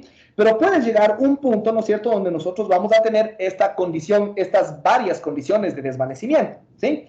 Entonces, por ejemplo, si igualmente, ¿no?, esta de aquí se establece como la sensibilidad del receptor, ¿no?, solamente cuando se supera en menos, ¿no es cierto?, esta sensibilidad, ahí nosotros vamos a tener esto que se denomina el tiempo de indisponibilidad del radioenlace. Todas estas franjitas rojas es cuando básicamente no vamos a tener enlace. ¿Por qué? Porque la señal recibida está decayendo por debajo de la sensibilidad del receptor, ¿sí? Por ejemplo, aquí en este punto no decae por debajo, hay un desvanecimiento, sí, pero no es lo suficientemente grande como para provocar indisponibilidad. Ya después, cuando decae un poco más, ahí sí, ¿cierto? ¿Sí? Entonces, suponiendo que todo este es el tiempo de medida, ¿no es cierto? La sumatoria, obviamente, de esto, más esto, va a ser, y eso relacionándole con el tiempo de medida, nos va a dar el porcentaje de indisponibilidad respecto al tiempo de observación, ¿sí? Entonces, obviamente, Este debería ser lo que les había mencionado, ¿no? El margen de desvanecimiento, o bueno, se denomina margen de seguridad o margen bruto de desvanecimiento, que debería ser la relación o la diferencia entre la potencia nominal y la de la sensibilidad del receptor. Entonces, en condiciones, o eso es lo que nosotros como ingenieros, ¿no es cierto?, deberíamos garantizar cuando diseñamos un enlace, ¿no? Que todos o la mayoría de los desvanecimientos, ahí es que justamente se establecen estas probabilidades, porque todos estos desvanecimientos no es que ocurren igualitos, ¿no? Unos ocurrirán con mayor profundidad, otros con menor profundidad, con mayor frecuencia, con menor frecuencia y así sucesivamente. Entonces, no es que se va a saber cuándo va a ocurrir un desvanecimiento, cuánto va a durar, cuál va a ser su profundidad, no se sabe. Entonces, estos desvanecimientos también tienen que ser caracterizados de forma estadística. ¿Y qué es lo que nosotros tenemos que garantizar? Que, por ejemplo, un desvanecimiento tan grande como este, por ejemplo, no ocurra en un tiempo mayor que el 0.01% del tiempo, o menores incluso, ¿no? Entonces, esa es básicamente nuestra labor, ¿sí? Eso es lo que nosotros tenemos que garantizar cuando diseñamos un enlace, ¿sí? Ojo con esto, ¿no? Porque ya a partir de aquí, por eso les decía, ¿no? Este estudio ya se va volviendo un poquito más práctico, más aplicativo en función de las cosas que en la práctica o en la realidad vamos a tener que realizar, ¿sí? Entonces, de igual forma, ¿no? Aquí tenemos una gráfica, en cambio, similar a la que teníamos antes, ¿no? Este es el valor de la potencia nominal. Este de aquí va a ser la profundidad total del desvanecimiento, ¿sí? Esta posiblemente es la sensibilidad del receptor, porque a partir de ahí, ¿no es cierto?, se toma la diferencia T1 menos T2 o T2 menos T1, y eso nos va a dar el tiempo correspondiente o la duración del desvanecimiento, ¿sí? Todo esto nos va a dar la profundidad de desvanecimiento, justamente este F sub 2 es igual a la diferencia entre P sub 0 menos P sub 2, ¿sí? Y este P sub F se convierte en el valor medio de la potencia recibida en condiciones de desvanecimiento, ¿no? Y la diferencia, en cambio, entre P sub 0 y P sub F es la que se conocía como la depresión de Pearson, ¿no? Entonces aquí está más o menos un poquito más claro las gráficas que nosotros hicimos anteriormente, ¿no? Entonces, esto igualmente no puede ser representado en función de las diferencias de las potencias en dBms o también en función de la relación logarítmica de las intensidades en términos de voltaje, ¿no? O corriente, dependiendo de lo que se esté analizando, ¿sí? Donde R sub 0 y R1 serían los valores de tensión correspondientes en cada uno de los casos, ¿sí? Puede también llegar a ser analizado en función de este enfoque, ¿ya? Listo. Tenemos también aquí una pequeña clasificación de los desvanecimientos, donde de forma general vamos a ir primero describiendo a cada uno de estos posibles tipos de desvanecimiento y cuáles son sus posibles causas, ¿sí? Ya después vamos a ir tomando muchos de estos y lo vamos a ir analizando con mayor detalle, ¿sí? Entonces, tenemos primeramente las características correspondientes que, bueno, valga la redundancia, caracterizan a cada uno de estos tipos de desvanecimiento. Y tenemos dos columnas, ¿no?, que dividen a los diferentes tipos de desvanecimiento. Pero lo que se han colocado en ese orden, básicamente, porque se puede observar, o ya vamos a observar, que todos los desvanecimientos que están en esta columna guardan una cierta relación, ¿sí? Por ejemplo, un desvanecimiento profundo puede ser un desvanecimiento lento, va a ser un desvanecimiento plano, se causa a causa del factor K y se distribuye con o se caracteriza con una distribución gaussiana, algo así, ¿no? Y en cambio, todos los que están acá también a su vez tienen una cierta relación, guardan una relación correspondiente, ¿ya? Entonces, estos desvanecimientos se dividen o se caracterizan, más bien dicho, en función, por ejemplo, de su profundidad. En desvanecimientos profundos, ¿sí?, hasta unos 3 o un poco más dBs, ¿sí?, y desvanecimientos muy profundos, ¿sí? Hay profundos y muy profundos. Los muy profundos ya tienen valores de desvanecimiento mayores o superiores a los 20 dBs, que ya es bastante, ¿no? Este desvanecimiento ya es un desvanecimiento considerable, ¿sí? Por su duración, ¿sí? La duración pueden llegar a ser lentos o pueden llegar a ser rápidos, ¿no? Entonces, justo esto guarda una cierta relación. Si nosotros tenemos aquí la potencia nominal, un desvanecimiento profundo, ¿no es cierto?, que no es tan intenso, puede ser lento, es decir, puede llegar a bajar, puede mantenerse en un valor de desvanecimiento y después llegar a subir, ¿sí? Ahí tenemos esas dos características. Mientras que un desvanecimiento profundo, por lo general, baja bastante pero enseguida puede llegar a subir. Es decir, la duración no es tan grande en los desvanecimientos muy profundos, ¿sí? Dependiendo del espectro de frecuencias, aquí sí pongamos mucha atención, ¿sí? Dependiendo del espectro de frecuencias, el desvanecimiento puede ser plano o selectivo, ¿sí? ¿A qué se refiere esto? Bueno, ya vamos a, sobre todo el desvanecimiento selectivo, ya lo vamos a intensificar más adelante, pero ahorita les voy a dar una cierta introducción. El desvanecimiento plano es cuando, por ejemplo, esto es en términos solamente de la potencia, no de lo que nosotros estamos recibiendo. Pero por lo general, ¿no es cierto? Cuando se envía una señal, ¿no es cierto? Es una señal de información que por lo general es una señal modulada, ¿sí? Está en torno a una frecuencia portadora y tiene su respectivo ancho de banda, ¿sí? Entonces, supongamos que una señal en condiciones normales llega y tiene este ancho de banda, ¿sí? Supongamos que llega y tiene ese ancho de banda. Cuando hay un desvanecimiento plano, ¿sí? Como su nombre lo dice, este provoca un desvanecimiento plano o un desvanecimiento igualitario a todas las frecuencias, ¿sí? A todas las componentes de frecuencia. Es decir, yo puedo llegar a recibir una señal más o menos de esta forma, ¿sí? Se desvaneció, hubo una reducción en la amplitud, pero el espectro se mantuvo, ¿sí? El espectro se mantuvo. Entonces, yo tranquilamente cuando reciba esa señal, bueno, si se amplifica, se puede recibir, siempre y cuando se puede todavía seguir manteniendo, siempre y cuando obviamente esta potencia no decaiga por debajo de la sensibilidad del receptor, ¿sí? Entonces, todavía se puede manejar esta información. Pero hay algunos desvanecimientos, y ya vamos a ver a causa de qué se dan, ¿sí? Que estos provocan un desvanecimiento o una reducción de la potencia de forma distinta en diferentes frecuencias, ¿sí? Entonces, puede darse el caso que la señal, ahora que se reciba, venga más o menos así. ¿Ya? Por dar un ejemplo, ¿sí? Entonces, en algunas hubo un desvanecimiento, una reducción de todo esto, y en otras componentes de esto, en otras de esto, y así, ¿no? Entonces, aquí, aparte de que hay desvanecimiento y reducción en la amplitud de la señal, hay adicionalmente distorsión en el espectro. Y esta distorsión va a provocar también distorsión en la información, ¿sí? A eso se refiere este desvanecimiento selectivo, ¿sí? Y ya vamos a ver en qué condiciones se da, ¿sí? Entonces, este es uno de los desvanecimientos más dañinos porque aparte de provocar reducción en la señal, también provoca distorsión, ¿sí? Va a provocar distorsión y puede llegar a provocar serios problemas en la extracción o en la obtención de la señal de información, ¿sí? Ok, eso con respecto a estos desvanecimientos en función del espectro de frecuencia.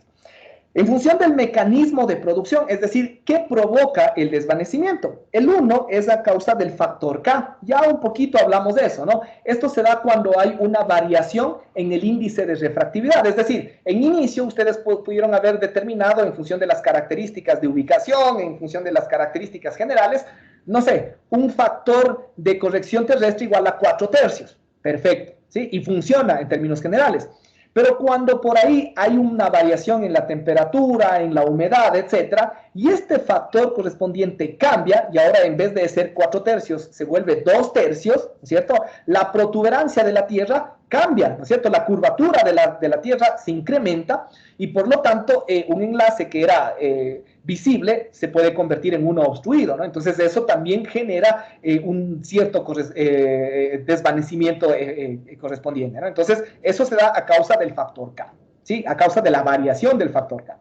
Y el otro mecanismo de producción es en cambio por el efecto multitrayecto, ¿sí? Cuando se dan reflexiones en los edificios, cuando se dan difracciones y cuando se dan incluso dispersiones troposféricas, ¿no? o incluso reflexiones en capas estratificadas de la troposfera, ¿no? Entonces ahí se puede generar nuevos trayectos que en unas condiciones existían y en otras condiciones no. Entonces ahí se van dando estos desvanecimientos, ¿sí? Entonces ahí vamos viendo, ¿no? Que por ejemplo los desvanecimientos selectivos se generan principalmente por el efecto multitrayecto y cuando se dan estos desvanecimientos generan desvanecimientos muy profundos. Pero, por suerte, a veces esos desvanecimientos son rápidos, ¿sí? Entonces, no tienen una duración demasiado marcada, ¿no? Pero de esa forma, más o menos, se van relacionando cada uno de estos, ¿sí?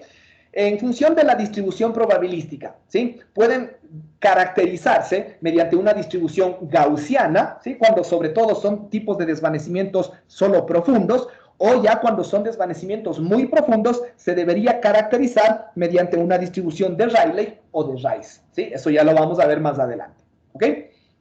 Y en función de la dependencia temporal, es como esto, ¿no? Es más o menos parecido a esto. Puede ser continuado, ¿sí? Que básicamente existe el desvanecimiento y se mantiene durante un intervalo prolongado de tiempo. O puede llegar a ser puntual, donde básicamente se da el desvanecimiento, pero enseguida sube, ¿sí? Entonces, esa es esta dependencia temporal, ¿sí? Entonces, esta clasificación tengámosla clarita para que nosotros podamos ir entendiendo ya las siguientes diapositivas, donde ya vamos enfocándonos uno por uno en la mayoría de estos tipos de desvanecimientos, ¿sí?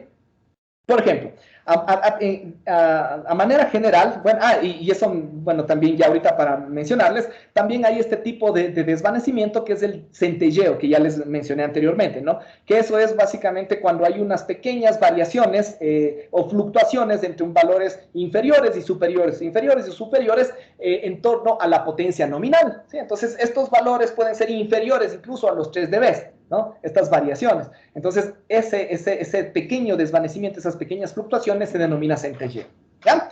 Ahora sí, comenzando con lo que es el desvanecimiento de potencia, así se denomina, ¿no? Desvanecimiento de potencia o de factor K, ¿sí? Entonces, aquí están ya algunas de las cuestiones que ya lo analizamos, pero lo vamos a repetir, ¿no? Primero, se produce por la variación en el índice de refracción troposférica, ya mencionamos, ¿no? Eso va a cambiar básicamente el valor de K, ¿ya?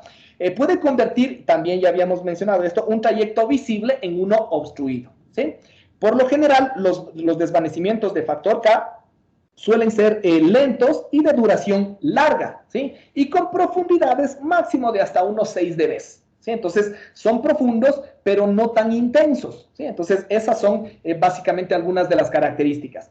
Esto es importante, que tiene una variación respecto a la frecuencia, pero a gran escala, ¿sí? Es decir, si nosotros analizamos, porque si nosotros analizamos solamente la primera parte que dice que tiene una variación respecto a la frecuencia, podríamos decir que es un desvanecimiento selectivo, pero lo que nos dice es que es a gran escala. Es decir, si yo tengo acá una banda de frecuencia, por acá tengo otra banda de frecuencia, por acá tengo otra banda de frecuencia, es posible porque estos desvanecimientos pueden caracterizarse mediante funciones de transferencia, ¿no? Porque al final de cuentas el desvanecimiento es el que caracteriza al medio de transmisión y el medio de transmisión puede caracterizarse en función de una función de transferencia. Entonces, posiblemente una función de transferencia pueda llegar a ser algo como esto, por dar un ejemplo, ¿no? Y después, más adelante, aumenta otra vez, después baja, después sube, después baja. Entonces, aquí tal vez esta variación no es tan marcada, de pronto la señal va a llegar a ser algo como esto, pero nada más, aquí también, ¿no es cierto? Sí, aquí de pronto ya casi no hay, no hay tanta variación, ¿sí? Entonces, no hay tanta variación en frecuencias cercanas para los anchos de banda de cada uno de los canales en los que trabaja cada servicio, ¿sí? Pero si es que ya hablamos de banda a banda, por ejemplo, toda esta banda es de FM, por ejemplo, pero más adelante está la banda de televisión UHF. Entonces, a UHF de pronto vamos a tener en toda la banda, ¿no? Un comportamiento y en FM otro comportamiento. Pero más aún, en cada uno de los canales se tiene un desvanecimiento principalmente plano, ¿sí? Entonces, a eso se refiere básicamente esta línea de acá, ¿no? Que existe una variación respecto a la frecuencia, pero a gran escala, ¿sí? Esto también, aparte de que puede generar cuando hay estas variaciones en los índices de refracción, aparte de provocar un trayecto obstruido, ¿sí? Puede también generar conductos troposféricos, ¿sí? Entonces, cuando se generan conductos troposféricos, por dar un ejemplo, ¿no? Aquí está la señal, se estaba enviando la señal hacia acá, ¿sí? Y de pronto la señal, en vez de llegar directamente acá, viene y por aquí tal vez hay una subcapa, acá hay otra subcapa, y la señal por alguna razón viene y se encapsuló acá y empieza a ir así, ¿sí? En los conductos troposféricos, y muy poca señal o muy poca potencia empieza a llegar acá, ¿sí? Entonces ahí también se da un desvanecimiento a causa de la generación de estos posibles conductos troposféricos, ¿sí? esta puede caracterizarse mediante una distribución gaussiana, ¿sí? En función de expresiones empíricas, ¿sí? Que ya las podemos ver más adelante, ¿sí? Lo bueno de este desvanecimiento, sobre todo cuando se generan estas obstrucciones correspondientes, es que sí se puede controlar asegurando unos valores de alturas adecuadas. Porque, por ejemplo, se puede decir, ¿no? Yo tengo una antena acá, ¿no es cierto? Acá tengo una antena receptora y esta de aquí es la curvatura de la Tierra y de pronto por aquí hay un obstáculo. ¿Sí? Ya, por dar un ejemplo, ¿no? Entonces, yo digo, esta curvatura se obtuvo para un valor de K igual a 4/3. Entonces, con ese valor de 4/3, yo establezco la altura de la antena transmisora, la altura de la antena receptora, y en esas condiciones se da un enlace donde posiblemente aquí yo tengo un despejamiento del 60% de la primera zona de Fresnel. Perfecto, ¿sí? En primera instancia está bien. Y por ahí, por ejemplo, esta altura me bastó poniéndole una altura de 20 metros y acá una altura de 10 metros, ¿sí? Pero por ahí cambia, ¿no es cierto? Y aquí yo voy a tener un valor, pongámosle con otro color.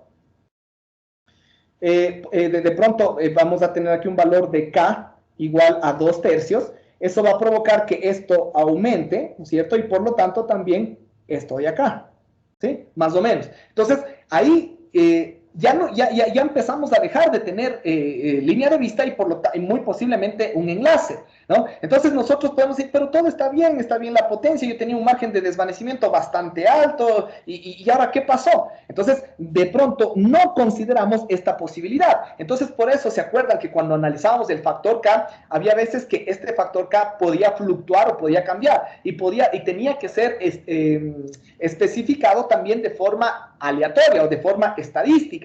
Entonces, ahí se tendría que establecer más bien para un cierto valor correspondiente de altura o un valor correspondiente de K, cuál es la ocurrencia o la probabilidad de ocurrencia de estos valores, ¿no? Entonces, ahí sí, en función de esto, más bien yo podría decir, entonces, la probabilidad de que el valor de K decaiga por debajo, por ejemplo, de un tercio incluso, que me va a ser más alto todavía, es de un 0.001%. Entonces, ahí yo al menos estoy diciendo, bueno, voy a garantizar que en el 99.999% del tiempo siempre voy a tener un enlace, porque ese valor de K no se va a bajar en ese porcentaje de tiempo, ¿no? Entonces, pero ahí obviamente me va a pedir que los valores de K, que los valores de la altura sean más altos, ¿no? Entonces, ahí sí yo voy a decir, perfecto, entonces ahí sí he tenido que hacer un valor de altura de acá de 30 y de pronto de acá de 30, y ahí sí, acá está la antena, y la señal va a estar por acá. Y ahí voy a garantizar esa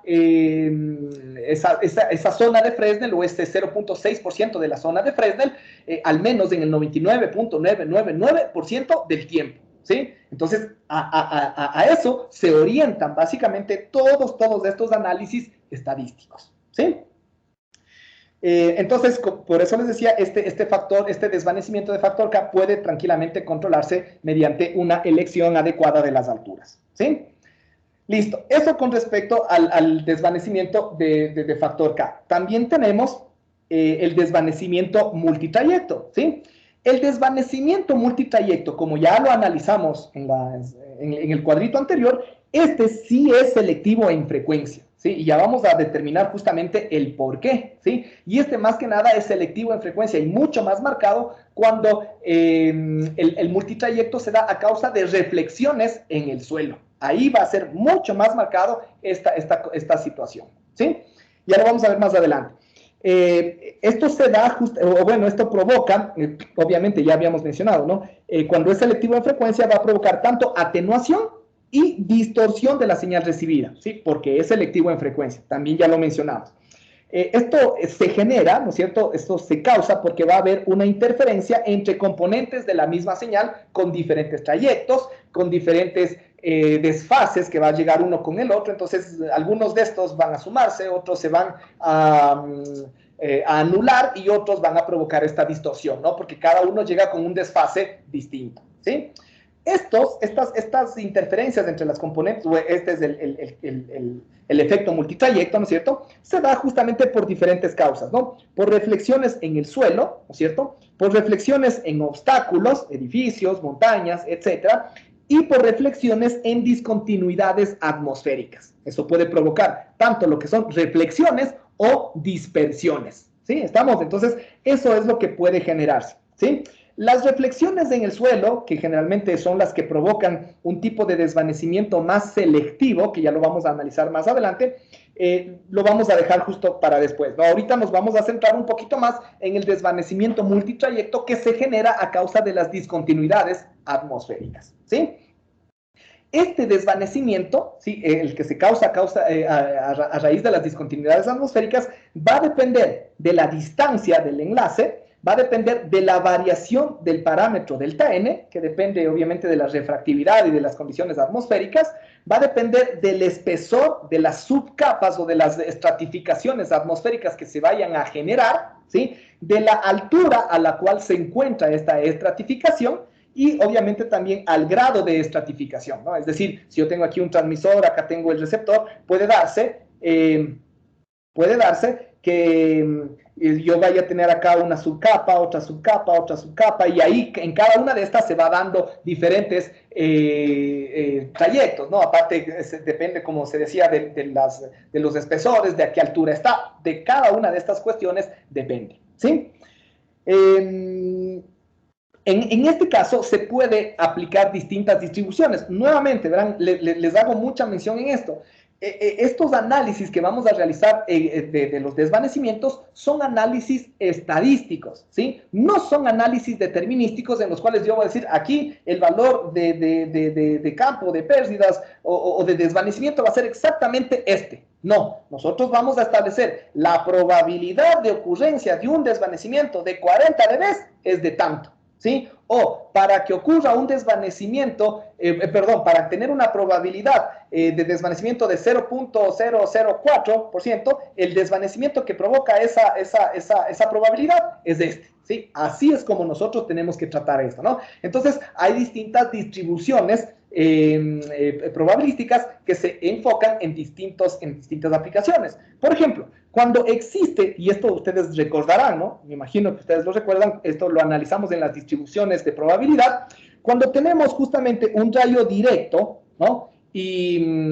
En otras palabras, una componente dominante y otras componentes que vienen de forma aleatoria, ¿no es cierto? Una componente que puede ser determinística y otras que son aleatorias. Esto es lo que hay cuando tenemos un rayo directo, ¿no? Entonces, la onda directa es la componente determinística y las otras que pueden llegar a causa de rebotes con edificios, con el suelo, con la troposfera, etcétera, esas son componentes aleatorias, ¿sí? Pero el rayo directo siempre va a ser una componente dominante y determinística sobre todo. Entonces, en este caso, justamente nosotros utilizábamos una distribución de Rice, ¿sí? Utilizábamos esta distribución de Rice. Pero en trayectos obstruidos, en cambio, donde todas las componentes que llegan al receptor son componentes multitrayecto a causa de reflexiones, difracciones, refracciones, etcétera, en cada una de estas, entonces en este caso se utiliza una distribución de Rayleigh, ¿sí? Porque todas las componentes tienen una componente similar, ¿sí? ¿Ok? En este caso también se inserta este término, este factor que se denomina el factor de actividad multitrayecto, ¿sí? Y es el porcentaje de tiempo, en términos de un tiempo de observación, en el cual se da este efecto de desvanecimiento. Y obviamente este periodo, este factor de actividad es aleatorio, porque va a cambiar de un momento a otro, de un mes a otro mes, de un año a otro año, etcétera, ¿sí? Entonces, es justo lo que les decía, ¿no? Bueno, acá más adelante tenemos una gráfica, no les voy a hacer de nuevo, para ahí poderles explicar, ¿sí? Entonces, este factor de actividad que se representa por eta, que está dado en porcentaje de tiempo, depende justamente tanto del periodo de observación y de las condiciones meteorológicas, ¿sí? Entonces, para poder determinar el valor correspondiente de eta, que es el factor de actividad, se va a utilizar como periodo de observación normalizado un mes, ¿sí? ¿Y en qué condiciones meteorológicas se van a analizar? Pues en las peores, ¿sí? En este caso, el mes más desfavorable. ¿Por qué serán las peores? Para garantizar eso, ¿no? Lo que ya hemos analizado anteriormente, que en el peor de los casos, nosotros garanticemos un margen de desvanecimiento adecuado, ¿sí? Entonces, a eso se refiere este periodo de actividad, ¿sí? Y eso lo podemos observar de mejor forma en esta gráfica, ¿no? Entonces aquí igual tenemos un ejemplo de desvanecimiento, donde aquí, por ejemplo, nosotros podemos tener nuestro valor, nuestra media correspondiente, ¿no es cierto? Y de ahí, de esa media, podemos tener este valor correspondiente o este evento de desvanecimiento, ¿no es cierto? Donde todo esto, en este caso, nos representa el desvanecimiento y asumiendo que todo este periodo de tiempo es el periodo de observación, ¿sí? Obviamente, ¿sí? Obviamente, cuando se analiza ya el periodo de observación en general, no es que va a ser un solo desvanecimiento. Habíamos dicho que el periodo de observación es un mes. Entonces, por ejemplo, aquí tendríamos esto como una etapa de desvanecimiento. Después de pronto vamos a tener por acá, otra vez vamos a tener desvanecimientos, pues otra vez y así sucesivamente. Entonces, este es un periodo. Este es otro periodo, este es otro periodo, y todos esos se van sumando y se lo relaciona con el periodo total de observación, que era de un mes. Si en un mes se tuvo un tiempo de desvanecimiento, no sé, se me ocurre de un día, ¿no es cierto?, más o menos, entonces ahí se hace la relación 1 sobre 30, ¿cierto? Porque un mes tiene 30 días. Entonces, ese sería el periodo o el factor de actividad del desvanecimiento. ¿Sí? Ese es el valor eta correspondiente. Aquí simplemente a forma de ejemplo se pone como si todo esto fuera el periodo de observación. Esto de acá es el factor de actividad y 1 menos eta, que obviamente sería el complemento, sería el valor de 1 menos n, ¿no? Sería cuando no existe despejamiento. Cuando no existe desvanecimiento. ¿Sí? ¿Estamos? Entonces, a eso se refiere básicamente cada uno o estos valores correspondientes de eta. ¿Sí? Sigamos. Ya. Aquí es necesario, igual, ¿no? Aquí ya vamos a empezar a aplicar estas estadísticas de desvanecimiento. Entonces, ojo con esto, ¿no? Porque aquí vamos a ir estableciendo una expresión general. Si entendemos cómo cómo funciona y cómo se llega a esa expresión, vamos a entender de mejor forma las siguientes diapositivas y los siguientes modelos que se utilizan para poder estimar las probabilidades de un desvanecimiento dado, ¿sí? Primero, cuando se analiza estas estadísticas de desvanecimiento, se analizan probabilidad, lo que les dije, ¿no? Se va a analizar una probabilidad de rebasar una profundidad de desvanecimiento. ¿Qué profundidad? Este valor de F. Es decir, se establece, ¿no? Yo puedo decir, el valor de F es 30 dB, 40 dB, 45 dB. ¿Cuál es la probabilidad de rebasar esa profundidad? Para yo después garantizar eso en mi sistema, ¿no? Entonces yo voy a decir, voy a garantizar un margen de desvanecimiento de F, ¿sí? Entonces, como garantizo ese margen de desvanecimiento, estoy diciendo que mi sistema va a estar operativo en el 99.999%, porque la probabilidad de rebasar ese desvanecimiento es de 0.00001%, más o menos de esa forma, ¿no? Así es como se analiza.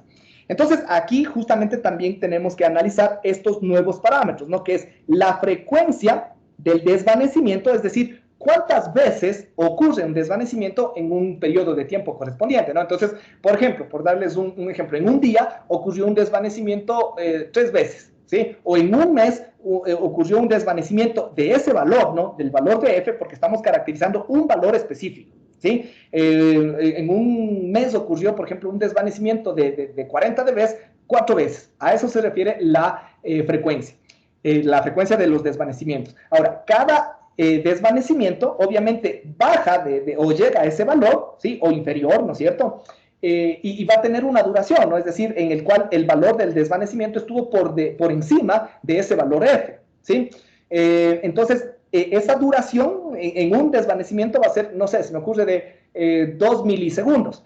En otro evento de desvanecimiento, a ese mismo valor, de pronto fue de 3 milisegundos, en otro fue de 2.8 milisegundos, en otro fue de 1.5 milisegundos, y así sucesivamente. Entonces, hay que determinar esta duración media de los desvanecimientos, ¿sí? Son duraciones medias de los desvanecimientos. Entonces, en función de esto, se establecen estas distribuciones estadísticas empíricas. Justamente a eso iba, ¿no? Porque ustedes pueden decir, ¿y de dónde sacamos la frecuencia y las duraciones? O sea, obviamente se debería tener un periodo de observación en un enlace establecido y ahí se tendría que ir obteniendo estos valores, ¿no? Entonces, ahí ya se puede ir estableciendo ya, por ejemplo, una frecuencia, una duración media, el periodo de actividad, etcétera, ¿no? Entonces, ahí se establecen en términos empíricos, en función de ya mediciones establecidas. Entonces, ahí se establecen estos datos y con esos datos se realiza el análisis estadístico, ¿sí? Con valores obtenidos en función de mediciones previas, ¿sí? Entonces, y estas distribuciones que se vayan a aplicar va a depender del valor de f que se vaya a tener, ¿sí? Entonces, como ya habíamos dicho, ¿no? Si es que se tiene valores de f relativamente pequeños, se puede utilizar una distribución gaussiana, ¿sí? Es decir, si es que f más o menos oscila entre los 2 y los 5 dB, ¿sí? Entonces, en este caso, se puede utilizar para estimar esta probabilidad de rebasar este desvanecimiento f, se puede utilizar esta ecuación, que utiliza la función de error complementaria, ¿sí? Esa es la función ERFC, ¿sí? Y esta función es una función típica, ¿no es cierto?, que se puede utilizar, no sé si existe directamente en las calculadoras, pero por ejemplo en MATLAB sí existe, ¿no? Se le pone justamente la función ERFC y funciona como un coseno, como un seno, etcétera. Les da un valor correspondiente en función del argumento que ustedes tengan, ¿no? Entonces, y esta función, el argumento es la relación entre el valor de desvanecimiento respecto a la desviación típica de la distribución, ¿sí? Entonces, esa es básicamente la probabilidad que se tendría. Es bastante sencilla, ¿no? Porque es una distribución gaussiana, ¿sí? Pero en el caso que nosotros ya tengamos una distribución de Rayleigh, sobre todo cuando el desvanecimiento es grande, ya hablamos de desvanecimientos profundos o muy profundos, ¿no? Ya hablamos de desvanecimientos superiores a los 20 dB, en este caso, la probabilidad de rebasar un desvanecimiento tiende a 0, ¿sí? O es aproximadamente igual a 0. No digo que es igual a 0, ¿sí? Por eso los valores que vamos a encontrar van a tener probabilidades de 0.00018%, ¿cierto? Entonces, esos son los valores que vamos a encontrar, ¿sí? O de 1.4 por 10 a la menos 6%, ¿sí? Entonces, son valores muy pequeños, pero que nos garantizan básicamente la muy poca probabilidad de existencia de un desvanecimiento grande, ¿no? Y eso obviamente nos ayuda a determinar el posterior diseño de nuestro radioenlace, ¿sí? Eso entonces para cuando los desvanecimientos son mayores a 20, ¿no? Cuando tenemos valores intermedios, por ejemplo, de 8, de 10, de 12, ¿sí? Que están entre 5 y 20, se pueden utilizar técnicas de interpolación que ya lo vamos a ver más adelante, ¿sí? Entonces, aquí, si nosotros analizamos esto, ¿sí? Aquí es donde ya establecemos las expresiones matemáticas correspondientes, ¿sí? Vamos a suponer, por ejemplo, que aquí tenemos los valores correspondientes, o más bien dicho, una gráfica de la función de distribución de Rayleigh para los valores de tensión, ¿sí? Para los valores de tensión de la señal que se está recibiendo, ¿sí? Y estos valores están normalizados a 1, ¿sí? Es decir, el valor promedio de R, o bueno, más bien dicho, todos los valores se dividen para el valor promedio de R. Por eso es que este de aquí me va a representar el valor promedio, ¿sí? Ese es el valor promedio de R. Entonces, aquí nosotros vamos a tener una cierta probabilidad de ocurrencia de ese valor, ¿sí? Ahora, ojo, ¿no? Porque ustedes pueden decir, pero si ese es el valor promedio, el valor nominal, ¿no es cierto? Que estamos en, ¿por qué no está ahí el valor máximo de esta campanita de Rayleigh? ¿Sí? Porque estamos analizando esta campanita de Rayleigh en condiciones de desvanecimiento, ¿sí? Entonces, en condiciones de desvanecimiento, la media correspondiente va a ser esta de acá, la cual, si nosotros recordamos, era la depresión de Pearson. Esta es la media, la nueva media en condiciones de desvanecimiento, ¿sí? Y vamos a asumir un desvanecimiento R1, ¿sí? Donde la diferencia, ¿no es cierto?, entre el valor nominal y el valor recibido con desvanecimiento, ese va a ser el valor de F1, ¿sí? Entonces, aquí tenemos esta, que es la expresión de Rayleigh general, ¿no es cierto? Para una distribución de Rayleigh, la función de densidad de probabilidad de Rayleigh, que depende, ¿no es cierto?, del valor de R y de la desviación típica correspondiente, ¿no? Entonces, ahí nosotros tenemos ya esta expresión matemática, ¿sí? Y la probabilidad de no rebasamiento, ¿no es cierto?, porque esto es el FR, la función de probabilidad de no rebasamiento, es esta de acá, ¿no es cierto? Es una función complementaria, ¿sí? Porque la función de rebasamiento, que es g de r, en cambio, es e a la menos r al cuadrado. Bueno, todo eso de ahí, ¿no? La complementaria sería 1 menos eso, ¿sí? Entonces, aquí estamos justo a lo que dijimos antes, ¿no? ¿Cuál es la probabilidad de no rebasamiento de este valor de desvanecimiento, ¿sí? Entonces, en función de esto, tendríamos, ¿no es cierto? Ya, bueno, aquí ya sabemos que el F1 obviamente va a ser igual a menos 20 por el logaritmo de R1, porque obviamente aquí tendríamos 1 menos R1, ¿sí? Esa sería o R1 sobre 1, en otras palabras, ¿no? Entonces, aquí sería simplemente esa, por eso estamos normalizando, en otras palabras, ¿no? Y el R1 al cuadrado, en cambio, obviamente sería la inversa logarítmica, ¿no? 10 elevado a la menos F1 sobre 10, ¿sí? Entonces tenemos estas expresiones que nos van a servir más adelante, ¿sí? En función también de la ecuación de Rayleigh, si nosotros recordamos o tenemos en cuenta esas constantes respectivas, vamos a tener que la función que parte de esta expresión en función del valor cuadrático medio y todos estos valores, nos va a dar esta ecuación de aquí, ¿sí?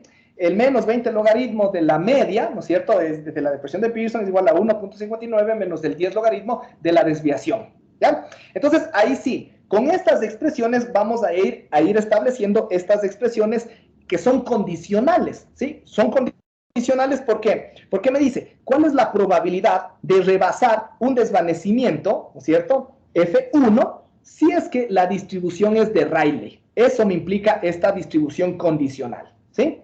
Y eso, en otras palabras, es esto de acá, ¿no? El f de R1, ¿sí? El f de R1. Entonces, en estas condiciones, nosotros tendríamos que, bueno, ya tenemos acá la expresión de f de R, tendríamos que utilizarla y evaluarla para R igual a R1, ¿sí? Es decir, para el valor correspondiente del desvanecimiento, ¿sí? Y después podríamos, bueno, ya aplicando las expresiones que tenemos antes, es decir, este R1 aquí, ¿no es cierto? Reemplazamos y vamos a tener lo que tenemos acá, ¿sí?